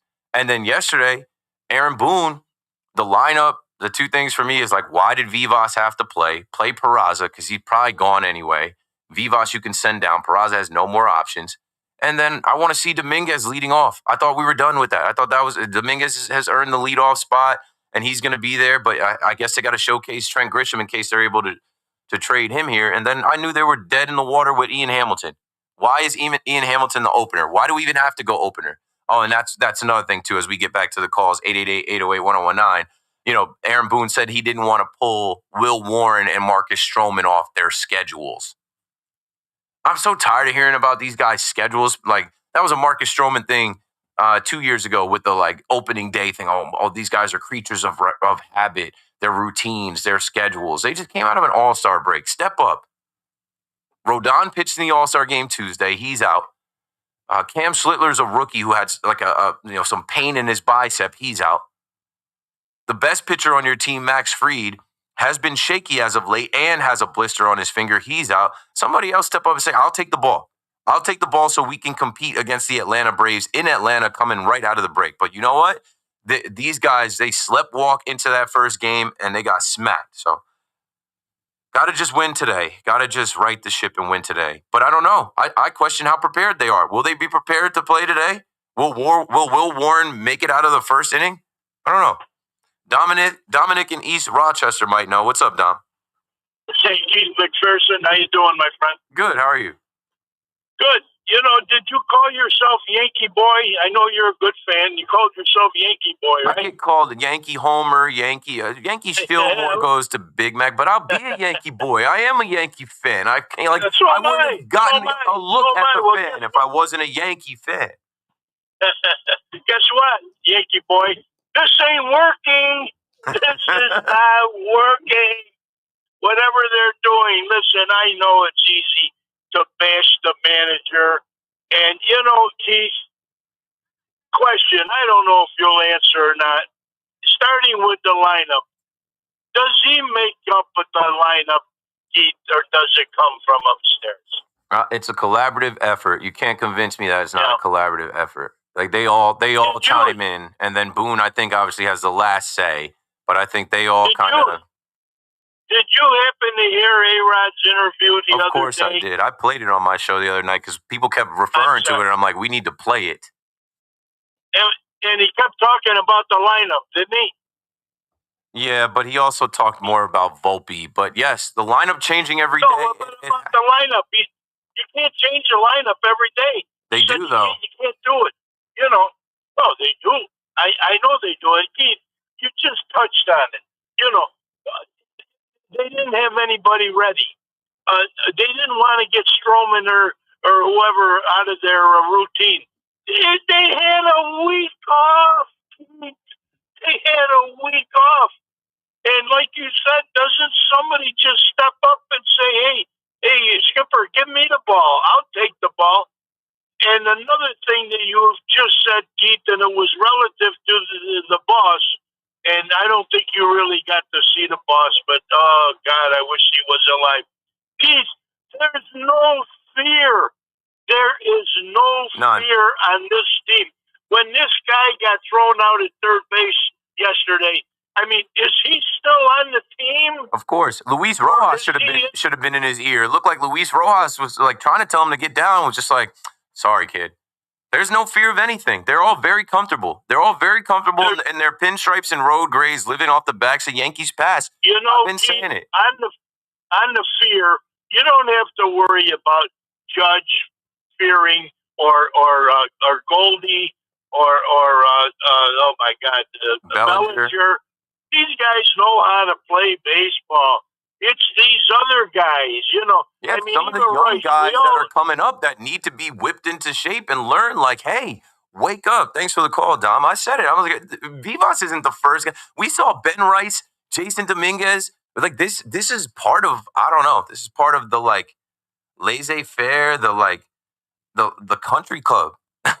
It happens too much. It happens too much. And I don't know when it's going to change. I don't think it's going to change because I think that's the culture they've fostered. But you've heard me say this before. They're soft. You've heard me say this before. They're out to lunch. When are they going to get fired up and compete? When are they going to realize they're the New York Yankees and they're getting everybody's best shot every night? Hopefully tonight. All right, we got to go to break. You know the number to dial. It was just raining, and then the rain passed, and now the sun is shining on the 7 line and David Wright. It is a Mets block party and a festival celebration for number 5. That game's coming up. We'll ride along with it. I'm on till 5. Keith McPherson on the fan. I'll be right back. Talk Yankees trades, Mets stats, Giants. Might not want any, but feel free to get some. If you get it, I'll take a knee selfie. Okay.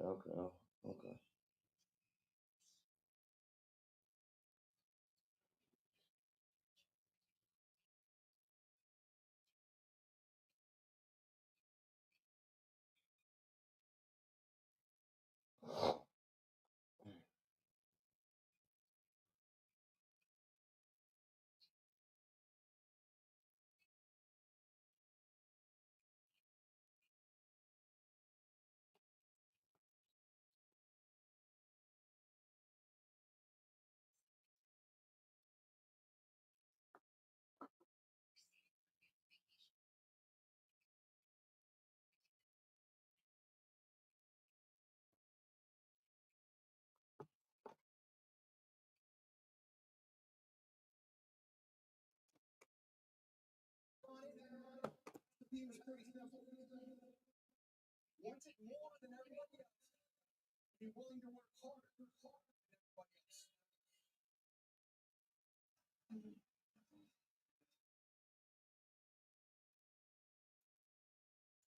Have a top-of-the-line support system. In this support system, run and Elise, and 4 grandparents named Cletus, Henry, Calvin, and Marie. There's no Connor in the room. Energy and money to make sure I can play this beautiful game as often as I like.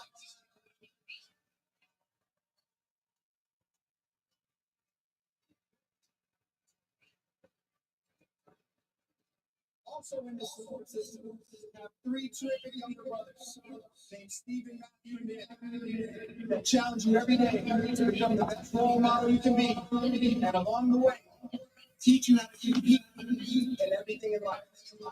Baseball, ping pong, wrestling, pizza eating.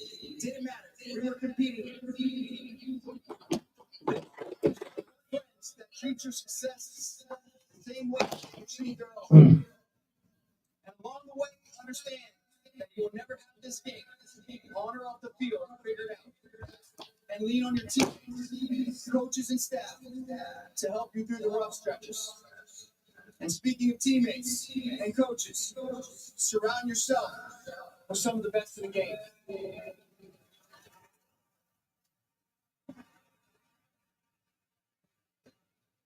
A continuation of that same structured support system of a wife named Molly that partners with you, that takes that same goal-setting mentality into life after baseball, in particular parenting, all while becoming.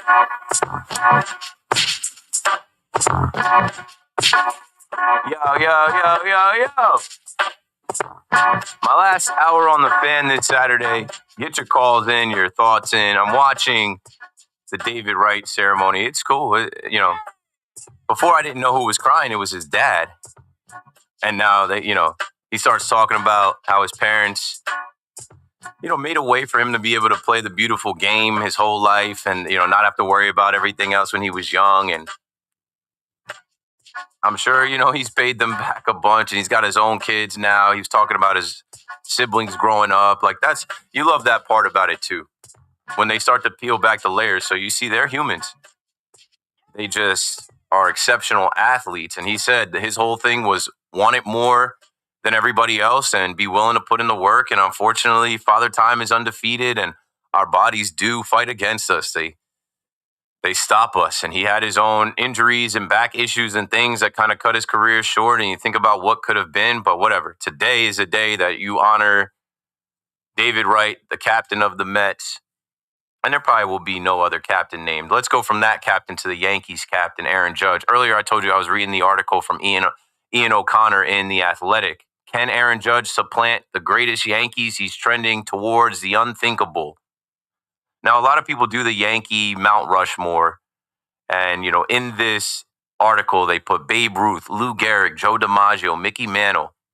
And then it says at least one of those Titans is toast. Wait, hold on. Got to win a chip. Got to win.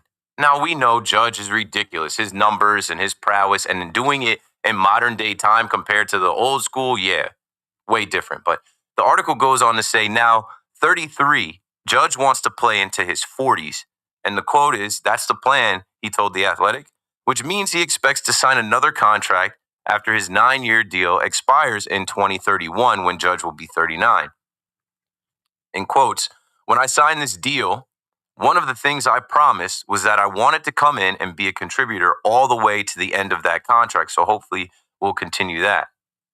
Again, assuming relatively good health, Judge will likely pass Gehrig, 493 homers, Mantle, 536 homers, and finish second on the franchise career list behind Babe. Asked if he thinks Ruth's 659 Yankee homers is realistic, he said, we can dream, we can hope. And obviously we just saw Hank Aaron honored in Atlanta. Judge goes on to say, it's tough, though. I've got to be hitting 50 homers all the way into my early 40s. I don't know. It would be something to strive for. I never really thought about it, to be honest. I just try to go out there and do my job. Well, listen, the Yankees aren't making your job any easier with some of the guys that they put on the mound or in the lineup around you. And yeah, you probably will have to play into your 40s with this regime because baseball is going to just keep changing the rules, adding things. There's going to be an automatic balls and strike system. Who knows? They might put 2 runners on base when we get to extra innings, and the game is going to keep changing. They're going to lock out in 2 years, and there's going to be a salary cap.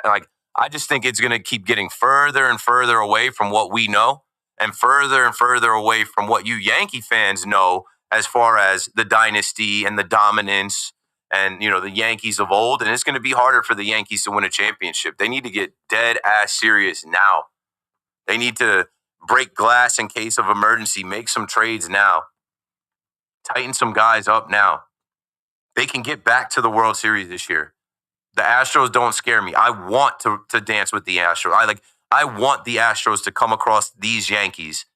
I still want to get my lick back. I still want revenge from 2015, 17, 19, 22, and all those regular season games in between. The Tigers don't scare me either. It'll be cold in Detroit. It'll be cold in the Bronx. And I think they'll have a lot harder time coming to the Bronx Zoo and surviving.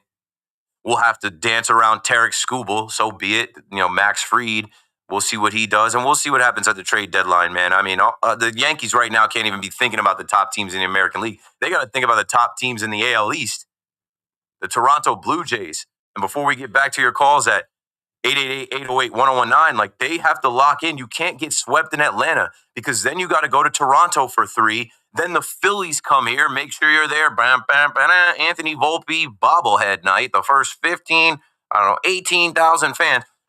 The Phillies are going to come here, and their fans aren't far, and they're going to try and make some noise in our building, and the Phillies are fighting for first place. Then you've got 4 against Tampa Bay, who they've already told Tampa Bay, if you get to an American League Championship Series, World Series, whatever, we're not going to change the location. You can play all of your postseason games at George M. Steinbrenner Field. Yes, the Yankees' new state-of-the-art, renovated spring training facility. Can you imagine the Yankees falling out of this thing, not making the postseason, or losing in the postseason, and we got to watch the Tampa Bay Rays in October in our spring training? I'm getting sick. Tom is in Pearl River on the Fan. Go for it, Tom. Keith, how are you? I just got nauseous thinking about what I was about to say. I had to stop. I hope that doesn't happen. You know what, though? I got to be honest with you. I don't know how much they should actually make any big splashes. And the reason why I'm saying that, Keith, is you probably don't remember, but I called you about like a month and a half ago when they're playing much better. And I just had a feeling like some of these guys are due to regress and regress really hard. And we've seen it with Goldschmidt. We've seen it with Ben Rice, but I will definitely point out that he is extremely unlucky. And then, I mean, Volpe, I don't even know if you call that a regression, but he's almost getting to the point where he's unplayable. But I just feel like there's too many holes in the lineup. And then not to mention, too, I mean, we just don't have the pitching. I mean, we are a Max Fried injury away from our season completely being wrecked. Yeah. And I just feel like there's no point of sending some really valuable prospects that might even help us next year.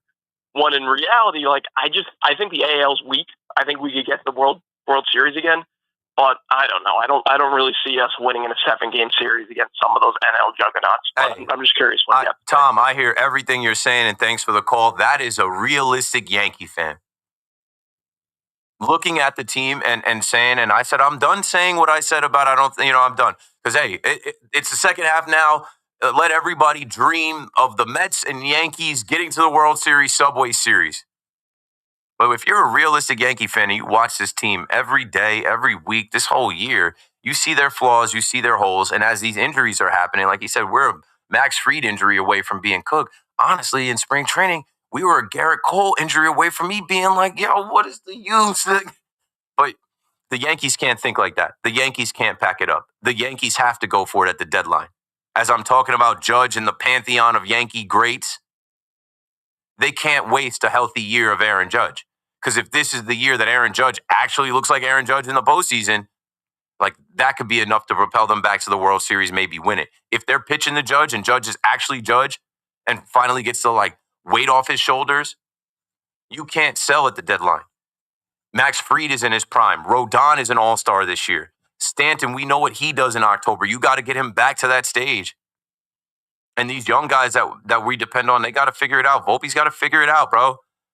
There's no time to be young. There's no time to, you have to figure Dominguez, Ben Rice, let's go. Yorbit Vivas, let's go. Let's go. So as Yankee fans, call me up. Tell me your confidence, your confidence meter. Like, tell me the percentage you're at. Tell me where you are. A scale of 1 to 10. How confident are you in this team that they can add at the deadline and get to the World Series? I'm not very confident, but they can change my level of confidence by how they respond tonight, how they play against the tough competition coming up. This stretch right here is going to be very telling because it's right before the trade deadline.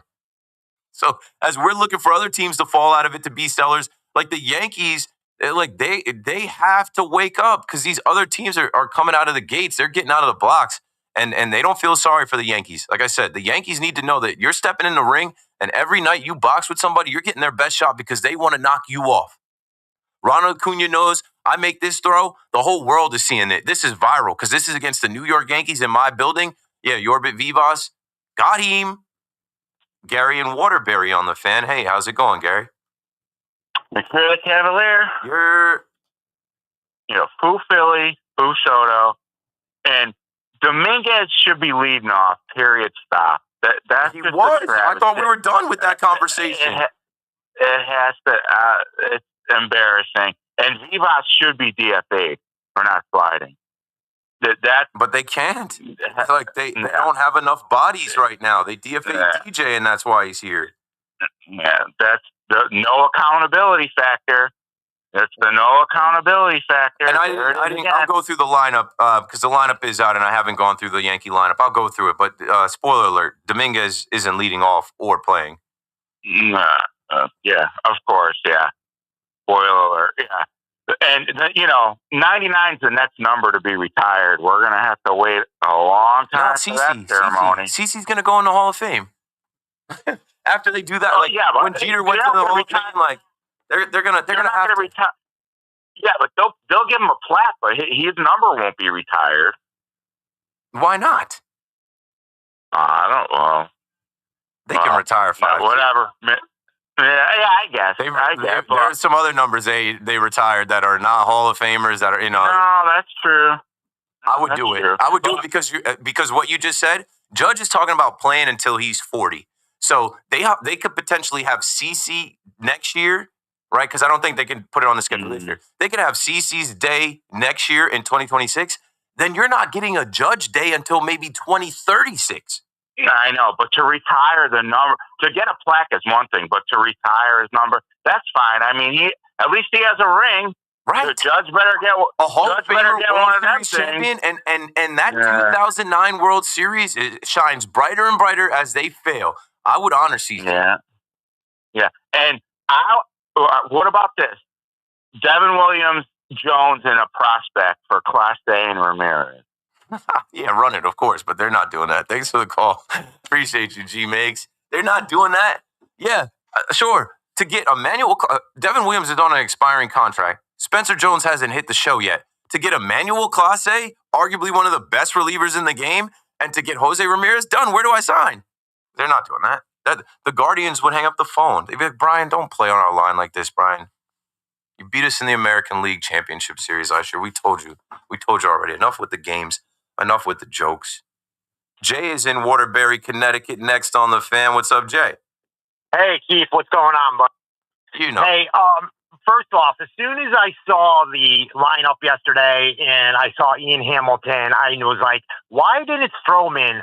Why didn't he pitch? And I'm sure we would have been nice if he did pitch, but I'm sure he would have cried the Blues. I just dumped him. Like everybody, we're talking about Volpe. The kid looks scared every time the ball comes near him. At this point, let's run Peraza out there. I think if we run Peraza out there just as much as we run Volpe out there, maybe he would have a prayer. I mean, this kid is lost. What is your gut telling you about Volpe? And two, do you think it's time that we make a big trade and shop Spencer Jones and shop Lombard Jr.? So that's all I want to know, your opinion on them too. Thanks, Keith. Thanks for the call, Jay. 888-808-1019. Last call for calls. I'm running out of time. With Volpe, he's got to get right now. It's going to get so loud. Like when we get back to Yankee Stadium for the next homestand, it's Anthony Volpe bobblehead day. I remember when Luis Severino had his bobblehead and he wasn't doing so well. People like disrespected his bobblehead in the stands. I was surprised no one threw one on the field. Maybe they did and security got it. Like the vibes, he's got to lock in. He's got to be solid at the position and get something done at the plate, or the fans show up there ready to boo, and he's the whipping boy right now. As far as these trades, I'm not trading Spencer Jones unless there's a Jose Ramirez or whatever. I've been over it. I'm not trading Spencer Jones right now. I'm not trading Spencer Jones. I'm dangling him if there's a deal on the table for an all-star caliber player, maybe. But they got to get arms, and that's one thing that I expect Cashman to be able to do. Right? Go find a Clay Holmes and turn him into something. Go find a Luke Weaver and turn him into something. Go find an Ian Hamilton. Go find a Tim Hill. Go find, that's what they do. They take random guys from other teams that we might not be thinking about, put them in the lab with Matt Blake, and all of a sudden they're weapons. Fernando Cruz will be back at some point. Mark Leiter Jr. is coming back. I don't know. They got to get right in Atlanta because Toronto in their building, if Toronto wins today, then they take the series from the Giants, and they're feeling good about themselves where they could probably, take off. As I see the Giants are finally on the board now as we're in the bottom of the fifth, end of the fifth. The Giants scored in the top of the fifth. It's 1-0 San Francisco Giants over the Toronto Blue Jays at the Rogers Center in Toronto. I did say I wanted to look at the Yankees lineup quickly here. So today the Yankees will roll out Paul Goldschmidt leading off playing first base. Cody Bellinger will bat second in left field. Aaron Judge will bat third in right field. Giancarlo Stanton will bat fourth and DH. Jazz Chisholm will bat fifth and play second base. Trent Grisham will bat sixth and be in center field. Anthony Volpe will bat seventh at shortstop. Austin Wells will bat eighth and do the catching. And Oswald Peraza is in there batting ninth at third base. Keith McPherson on the Fan. Let's break it down. When I come back, I'm just going calls, because that's it. And then the Yankee pregame stuff will happen. And then, I'll see you guys on Monday night. BRB. The runner, first throw back. He got him. It's the Bronx Bombers in the land of the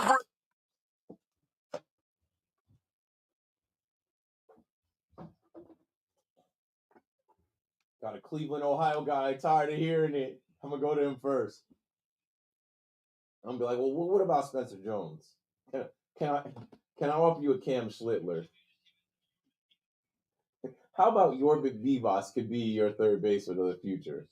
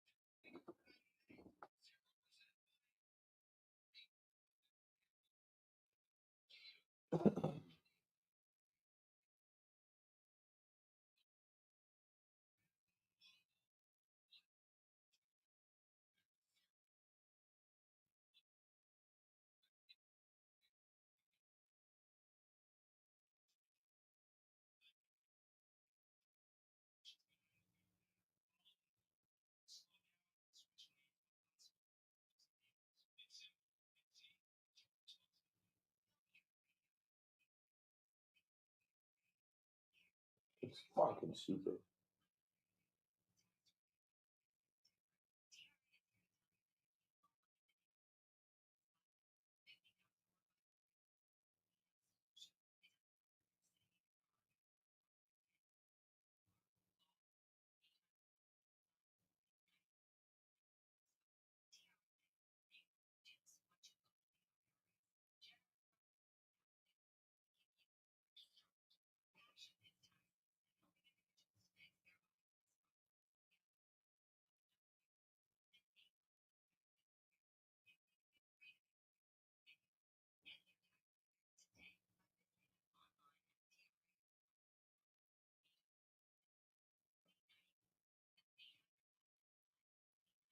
Okay.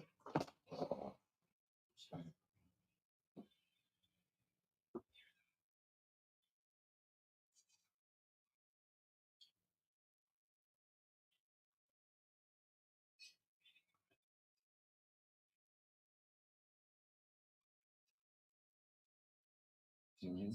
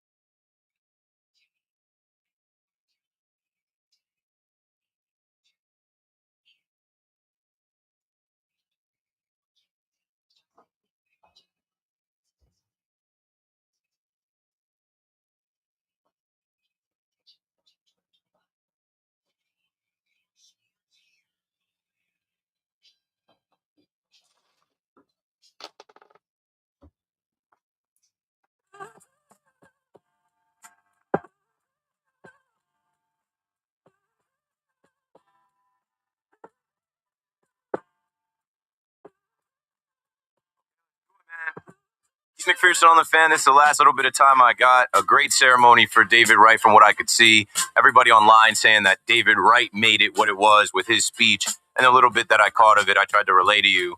Congrats to him, his family, and the Met fan that has been able to celebrate him this week and today and tomorrow. And here comes the Mets game. It's delayed a little bit. There was a little bit of rain. I noted that, and then some sunshine. So just obviously with the ceremony and getting everybody off the field and getting the field ready to play, the game is in a delay. It's not going to start for another couple minutes. We are talking about the Yankees and the trade deadline and everything else as we get to 5 o'clock. Keith McPherson on the Fan, taking calls the rest of the way. Calls. Let's go to Jeff in Cleveland, Ohio. What's up, Jeff? Hey, yo, what's up, Keith? How you doing? Good. How are you? Good. So I'm calling. I listened to Gary from Waterbury. I think that's where he was from. Yeah. Dude, what are you smoking, homeboy? I mean, there is no way that the Guardians are going to trade Jose Ramirez and Emmanuel Clase for the following reason. Number one, Emmanuel Clase is on a team-friendly contract through 2028 with a team club option in 2029. So unless you overwhelm them, which I don't think either the Mets or the Yankees are going to do, they're not going to move Clase. Jose Ramirez is going to have a day like David Wright is having right now when he retires. And the only difference is I think when he retires, he'll be in Cooperstown one day. Facts. They're going to build a statue to him. He took a team-friendly contract at less money than what he could have made just to stay here in 2022. So I listen to your station quite often on the Odyssey app because And you hear Jose Ramirez's name come up every hour. Yeah, I'm like, man, I was in the You app. sure you don't want Yorbit Vivas or Cam Schlittler? Can we trade Spencer Jones for Jose Ramirez? Sure, we'll trade you Ramirez and Clase. Why not ask for the Rock and Roll Hall of Fame too while you're at it? We'll throw that in too in the 2016 Cavaliers championship match. That's what it's called, Jeff. It's great when we get people from other cities and fan bases to chime in. I know they listen on the Odyssey app. I always tell you guys WFAN is the most listened to. I also stream all my shows on Twitter and have a pretty good social media following. So I know I always am getting people from outside New York. It's an echo chamber here in New York. Like we just say the same things over and over again. We start to convince ourselves of these things, and then other people hear that and they're like, "What are y'all smoking on?" Not giving up Class A. They're not. I mean, maybe Class A separate from Ramirez, but you have to really give them an offer that they can't refuse. And I think people get confused with like the Guardians having a down year this year. Yeah, that's this year, and maybe they don't figure it out, but they're not going to put themselves behind the 8 ball for years to come. Jose Ramirez signed a deal, wanting to be there and wanting to be a face of the franchise, and I don't think they're looking to move on from him. Danny's in Bridgewater next on the Fan. Go for it, Dan. Hey, Keith, how you doing? Good. Yeah, the last guy, the Cleveland guy, stole a little bit of my thunder. But if you wanted a player like Ramirez, you would have to out the trade for sure. I think the guy right now would be Dominguez to get that done. I know everyone's high on him right now, but Yankees, when we boost our prospect up, they tend to fade out. I think he's got the max value right now, and we use Grisham for a year, and hopefully we can hold on to Spencer Jones and move him out there. Yeah, I don't know. I think Dominguez, when we talk about touchable, untouchable, I think Dominguez is untouchable because he's playing a part in this team this year. Many of us want him to have a more expanded role. We want him to play every day. We want him to lead off. And the Yankees are telling you, like yesterday, he didn't lead off, and today he's not in the lineup. I really think that like Trent Grisham could get sent somewhere, and if he gets sent somewhere, that opens up Dominguez to play every day. I don't know what the Yankees are going to do. I think that they're going to prospect hug like they always do, and they're going to make marginal moves. Thanks for the call, Danny. I do not expect Jose Ramirez under any circumstance. I expect Key Brian Hayes or Ryan McMahon. Really, Eugenio Suarez. I don't think it's going to be hard to get that done. Andy's in Norwalk on the Fan next. What's up, Andy? What's going on, Keith? Hanging out, watching this Mets game not start on time. I had to call when I heard that Triumph be playing before. Did you go to the Wu-Tang show at MSG the other night? Nah, and they were just at Prudential Center, too. I should have went. Bro, no. The MSG lineup was thorough. Did you hear who came out for it? No, I heard Lauryn Hill came out at Prudential Center in Newark last night. They could keep Lauryn Hill. MSG had Mobb Deep, SWV. Who else was there? Flick Rick, Big Daddy Kane, The Lock. Yeah, I bet. Yo, man, I'm telling you that show. I figured you would have been, man. I have to work. I'm on air at night. That's why we got sick days, bro. I was off last night. On you. Yo, I had an extra ticket too, man. If I would have known, I would have called a few days. You know what the good thing is, though, bro? Social media. I've seen all the videos. I've seen a lot of like social media. As soon as that stuff goes out there, or as soon as they go out there on stage, that stuff goes out there on social media. I just love that the Woo is together and they're putting on. And bro, it was a dope show, man. Yo, when Havoc came out from Mobb Deep, I was screaming like a little fangirl, bro. I bet. I'm telling you, the place went bananas. All right, so yeah, I just wanted to call in and see if you went to the show or not. Totally off the sports and Yankees subject, but yo, have a good weekend, Keith. Thanks for the call, Andy. Yeah, I'm sure it was great for old school hip hop heads, people that came up in the '90s with the Woo, to see them all these years later, fully grown men out there repping. Like I saw, man, the Prudential Center. I saw the Devils made. They all had Devils jerseys. They all had their own special personalized Devils jersey with their rap name on the back. Yup. Sick. Wu-Tang, Ghostface, Capadonna, Master Killer, Method Man, You God, RZA, Jizza, Raekwon. That I don't know. I wasn't even thinking about going, to be honest with you. If I would have went, it would have been at Prudential Center because that's closer to me. Shout out to the good folks at the Devils that take care of me over there. I wouldn't have went to MSG because, like I said, I was on air this week. But yeah, no. Shout out to you if you went because like this is probably it. You know, for a Wu-Tang tour, a Wu-Tang arena tour. You know, they just did Philly, Newark, Madison Square Garden, right? Madison Square Garden, Prudential Center, Wells Fargo Center. Anyway, back to the Yankees calls as we get ready for the Mets game to start right here. And the Yankees game will start in like 3 hours. Who is this? Friedel is their leadoff hitter. Step into the plate. Let me get the game day up as well as we watch Clay Holmes and kind of ride along a little bit. Also, Emmanuel Berbari is coming up at 5, so we won't go right into the Yankees pregame, but I assume Emmanuel's going to do a little bit of Yankees, maybe a little bit of David Wright Mets. I don't know what Emmanuel's going to do. I'll check with him on the next break. Let me get back to the phone. Richard is in Manhattan on the fan. You got it, Rich. Keith, do you know which Yankee Hall of Famer has not had his number retired by the Yankees? Big name, big name. A Yankee Hall of Famer that has not. Is it somebody that a Major League Hall of Famer whose number has not been retired by the Yankees? And he played for other teams. Is he? Oh yes, played for Dave Winfield. I was going Dave Winfield next. We obviously know what went on back in those days. Yeah. You know, it's funny. Dave Winfield's day at Yankee Stadium was right before 9/11, 2000, late August 2001. I remember that. You know, you're right about the Yankees. They play such bad baseball. I never watched the Yankees and learn anything. I never say, wow, that was really thinking. They were thinking 2 steps ahead. They don't think anything. They're just waiting for the home run.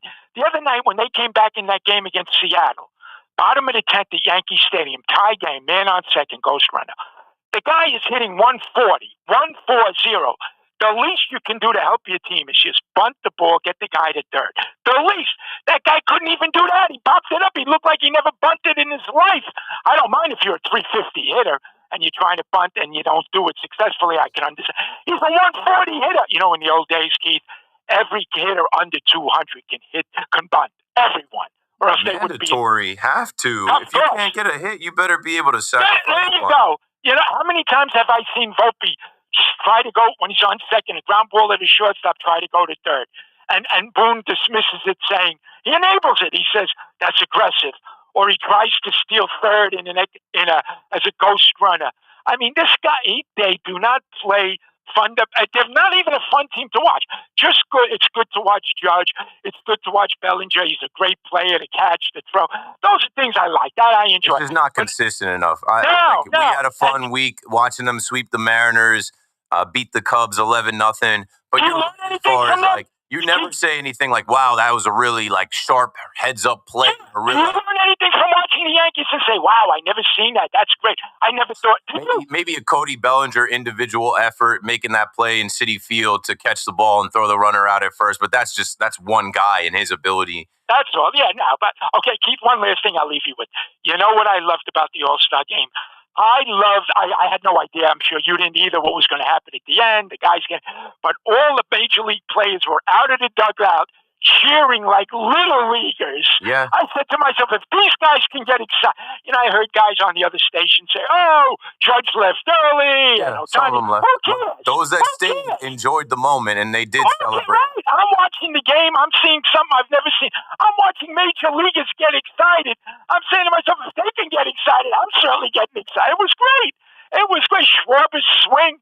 And then I heard that Schwarber shouldn't have been the MVP. It should have been Alonso. Are you kidding me?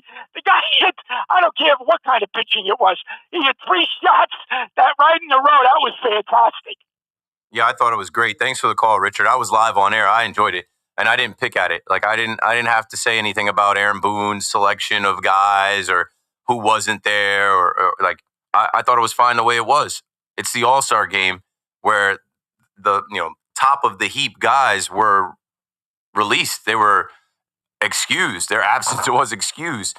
And the only thing I said is I wouldn't have made Jonathan Aranda my anchor if I have to use this guy who's not even he's in his first full year in Major League Baseball, who's not really a home run hitter, who isn't a home run hitter. Like I'm letting him go first if I must use him. I'm not putting the game on the line with that guy. But whatever. It was a success.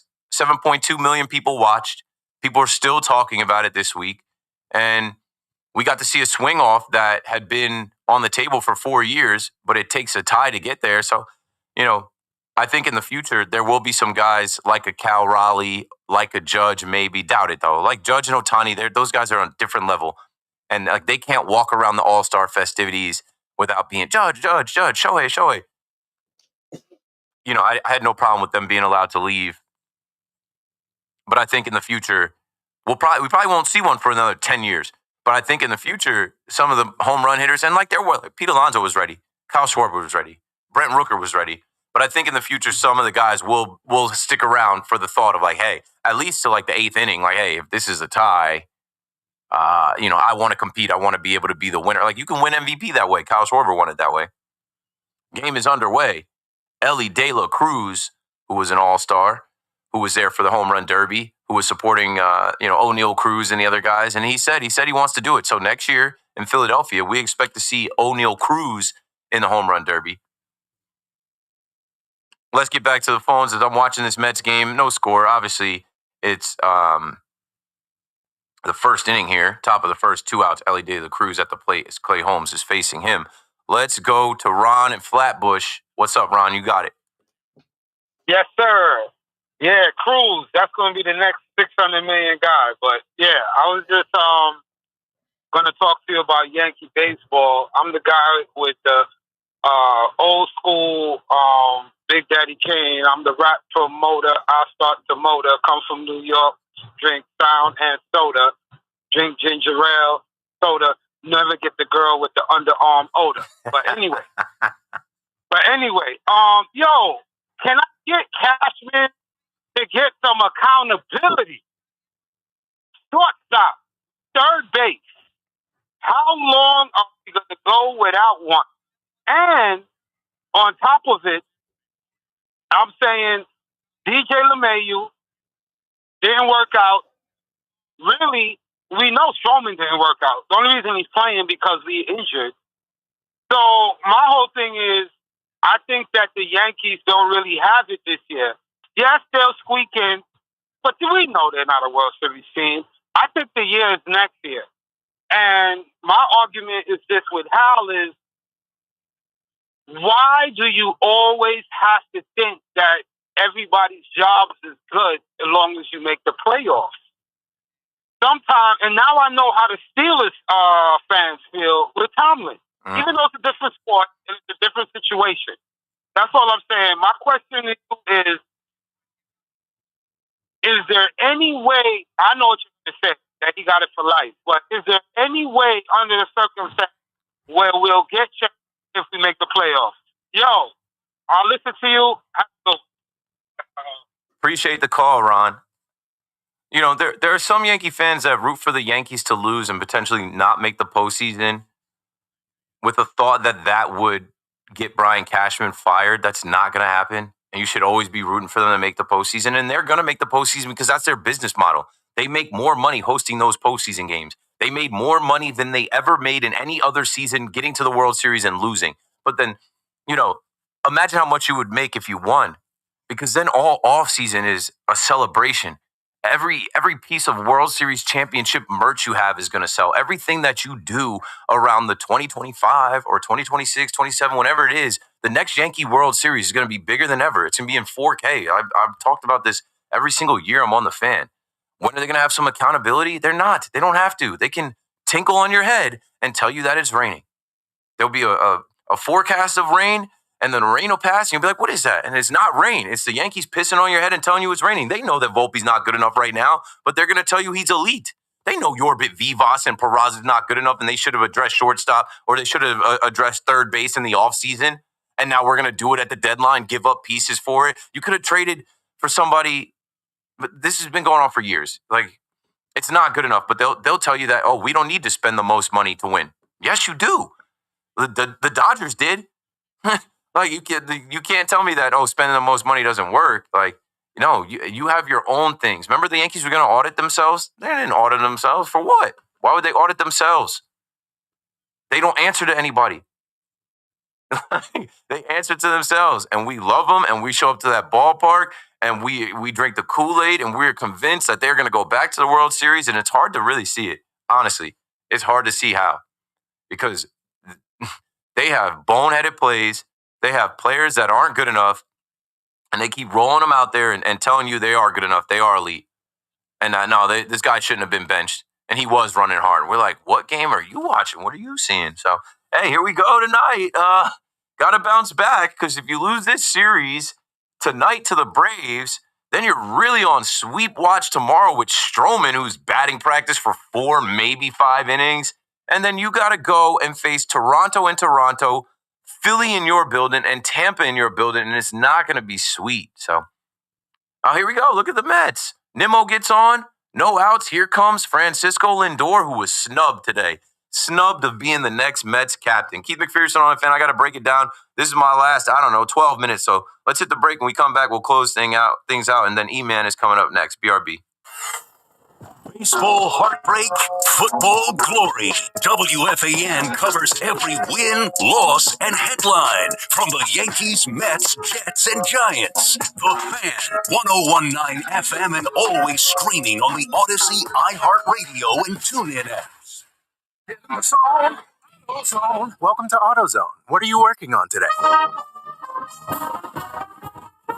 Hey, that's the spirit. Right now, we're celebrating free with a free STP oil filter when you buy 5 quarts of oil and free Duralast brake pads when you buy 2 rotors. Like always, free battery testing, charging, and recycling at every store. Celebrate free at AutoZone, now through July 28th. Get in the zone, AutoZone. Restrictions apply. The world thirsts for excitement. One drink will emerge. Twisted Tea, the refreshing thrill ride of flavor. Recreating its classic role as the hard iced tea that goes down smooth.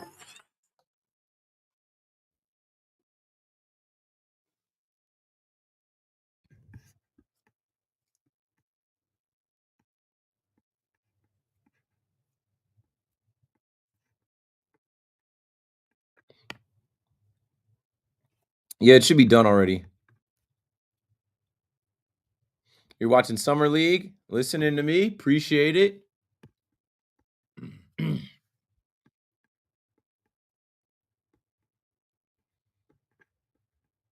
Yeah, now they got to win.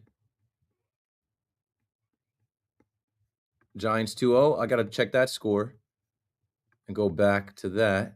Oh, as I say that, the Blue Jays have come back. Yeah, you better quit playing around, yo. I'm going to tell them when we come back, the Yankees better quit playing around. Blue Jays mean business. Yeah, update 4-2 Blue Jays now.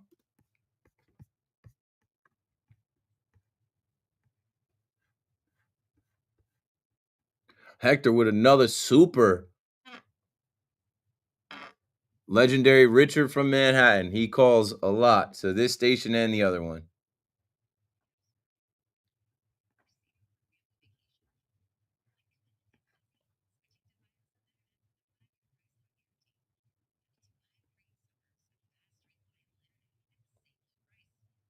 I'm on it now. I want some sushi and some Sapporo. I just told my wife I'll wait till I can get home. We can put my son to bed and then I'll order.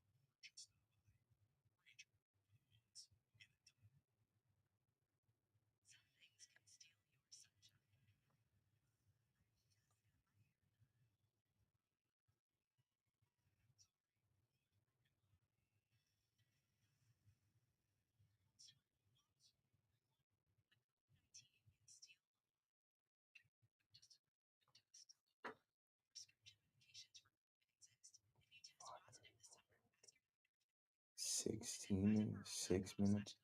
16 minutes.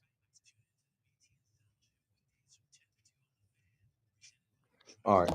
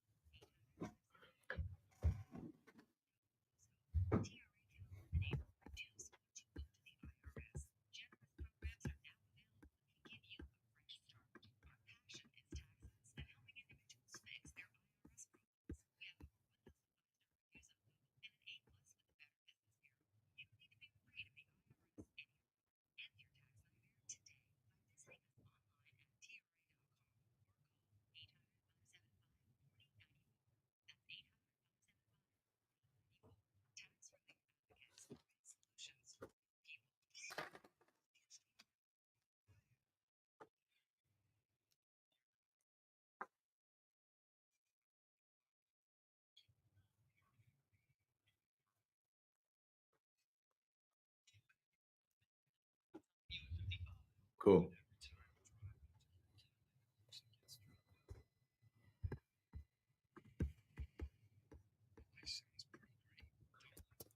What else?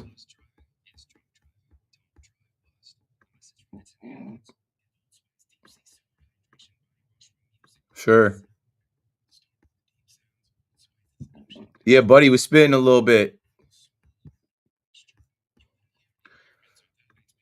Yeah. Again, with runners on. Vientos gets it done. These home plate umps are trash. They know that they're in their last of days before the challenge system comes. They should put it in for the postseason. ABS ASAP. All right, here we go.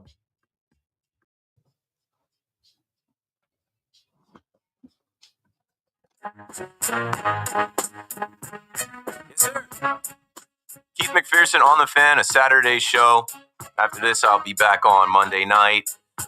Through the weekend, Monday through Friday this week, and we've got games all week. So, like 11 p.m. to 2 a.m., taking your calls, talking about the Yankees, talking about the Mets as we push forward in the second half and get closer to football. Training camp will open, so we'll be able to mix in some stories with the Jets and the Giants and all that good stuff. Let's bring it home. Let's take the rest of the calls I've got, and then I'm out of here. E-Man's coming up next, and then Yankees baseball on the Fan as we look for the Yankees to bounce back in a big way tonight.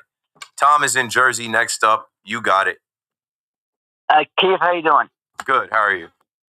I think I'm the second realistic Yankee fan you got today because that guy called, I think, about half an hour ago, took all my thunder. I just don't see us make the playoffs even. I mean, we're going on a downward spiral. And the only thing I think that can help us, of course, definitely we need pitching, but nobody talks about this guy in Cleveland who's a tough out. I forget his name. Is it Kwan? Is his name? Stephen Kwan.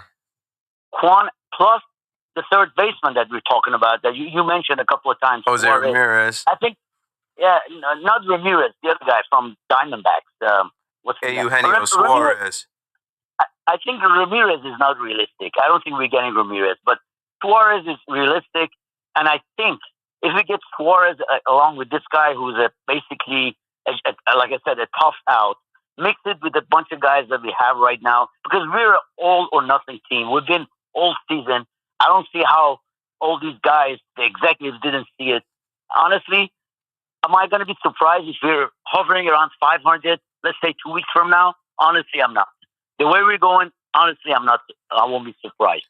Thanks for the call, Tom. Yeah, it's not doom and gloom yet, but I'm just saying, this next couple of weeks, like if you think the Yankees had a bad stretch of losing streaks and scoreless innings and bad baseball, like the guys on the other side get paid too. The guys on the other side are fighting for position too. Speaking of fighting for position, the Mets have carried the energy from David Wright Day right into this first inning. They lead 1-0. In the top of the first, or in the bottom of the first, Brandon Nimmo singled. You have back-to-back strikeouts from Lindor and Soto, but people are complaining about the home plate ump already. Going to be a long day. But Pete Alonso singles. And then Mark Vientos is the guy to get the party going. He singles, and Nimmo scores. Jeff McNeil just worked a walk, so now the bases are loaded with 2 outs, and Ronnie Mauricio stepping up to the plate. Let's continue to take these calls. Josh, Sheepshead Bay, you got it next. Yo, Keith, what's going on? How you doing? Good. Thanks for calling. So I just wanted to talk about the lineup today, and what are we doing with Dominguez? This is mind-boggling. It's smart or Yankees type of stuff. He's a dynamic hitter. He's a young player. We found the leadoff hitter, and we treat him like, we treat him like a second class not a priority. Player over here. Yeah, he's not a priority. He's around. Like he's the fourth outfielder.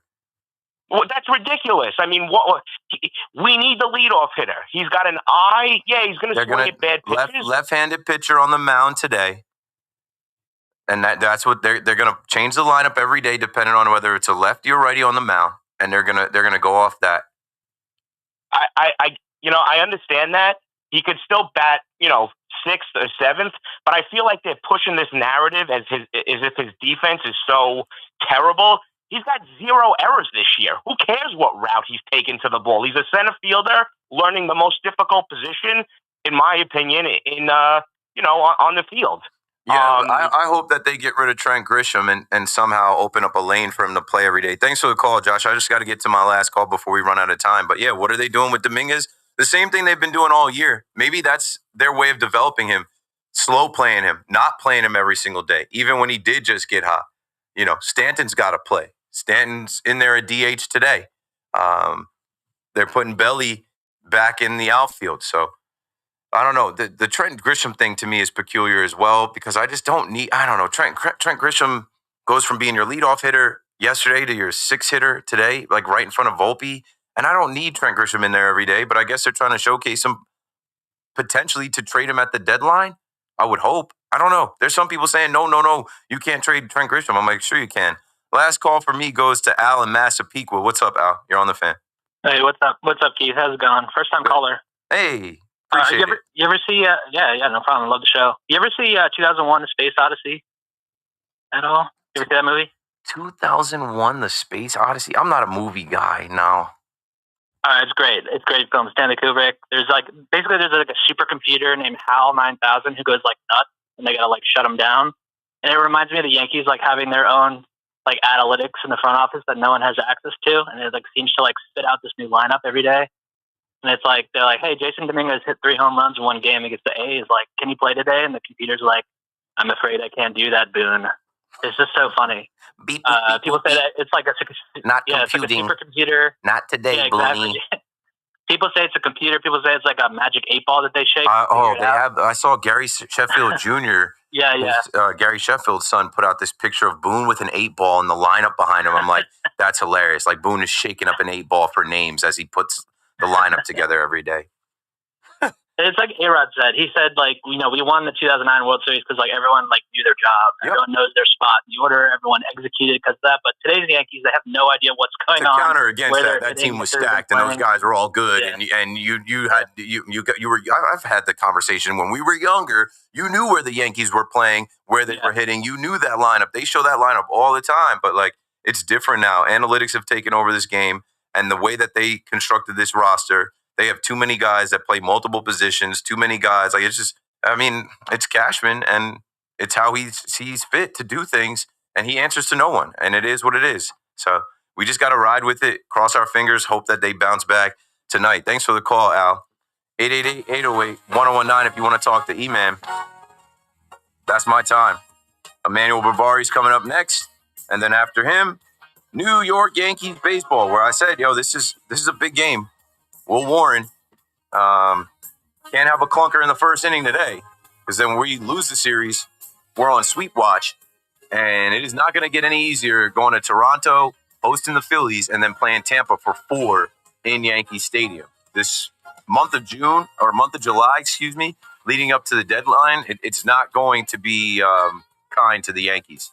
And as I say that, the Toronto Blue Jays have the lead over San Francisco, 4-3 going into the 8th inning. So Toronto doesn't stop winning. All right, I got to go home, man.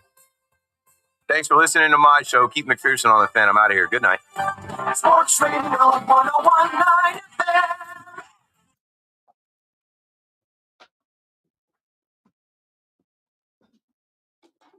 All right, y'all. I got to run. I got to get the train.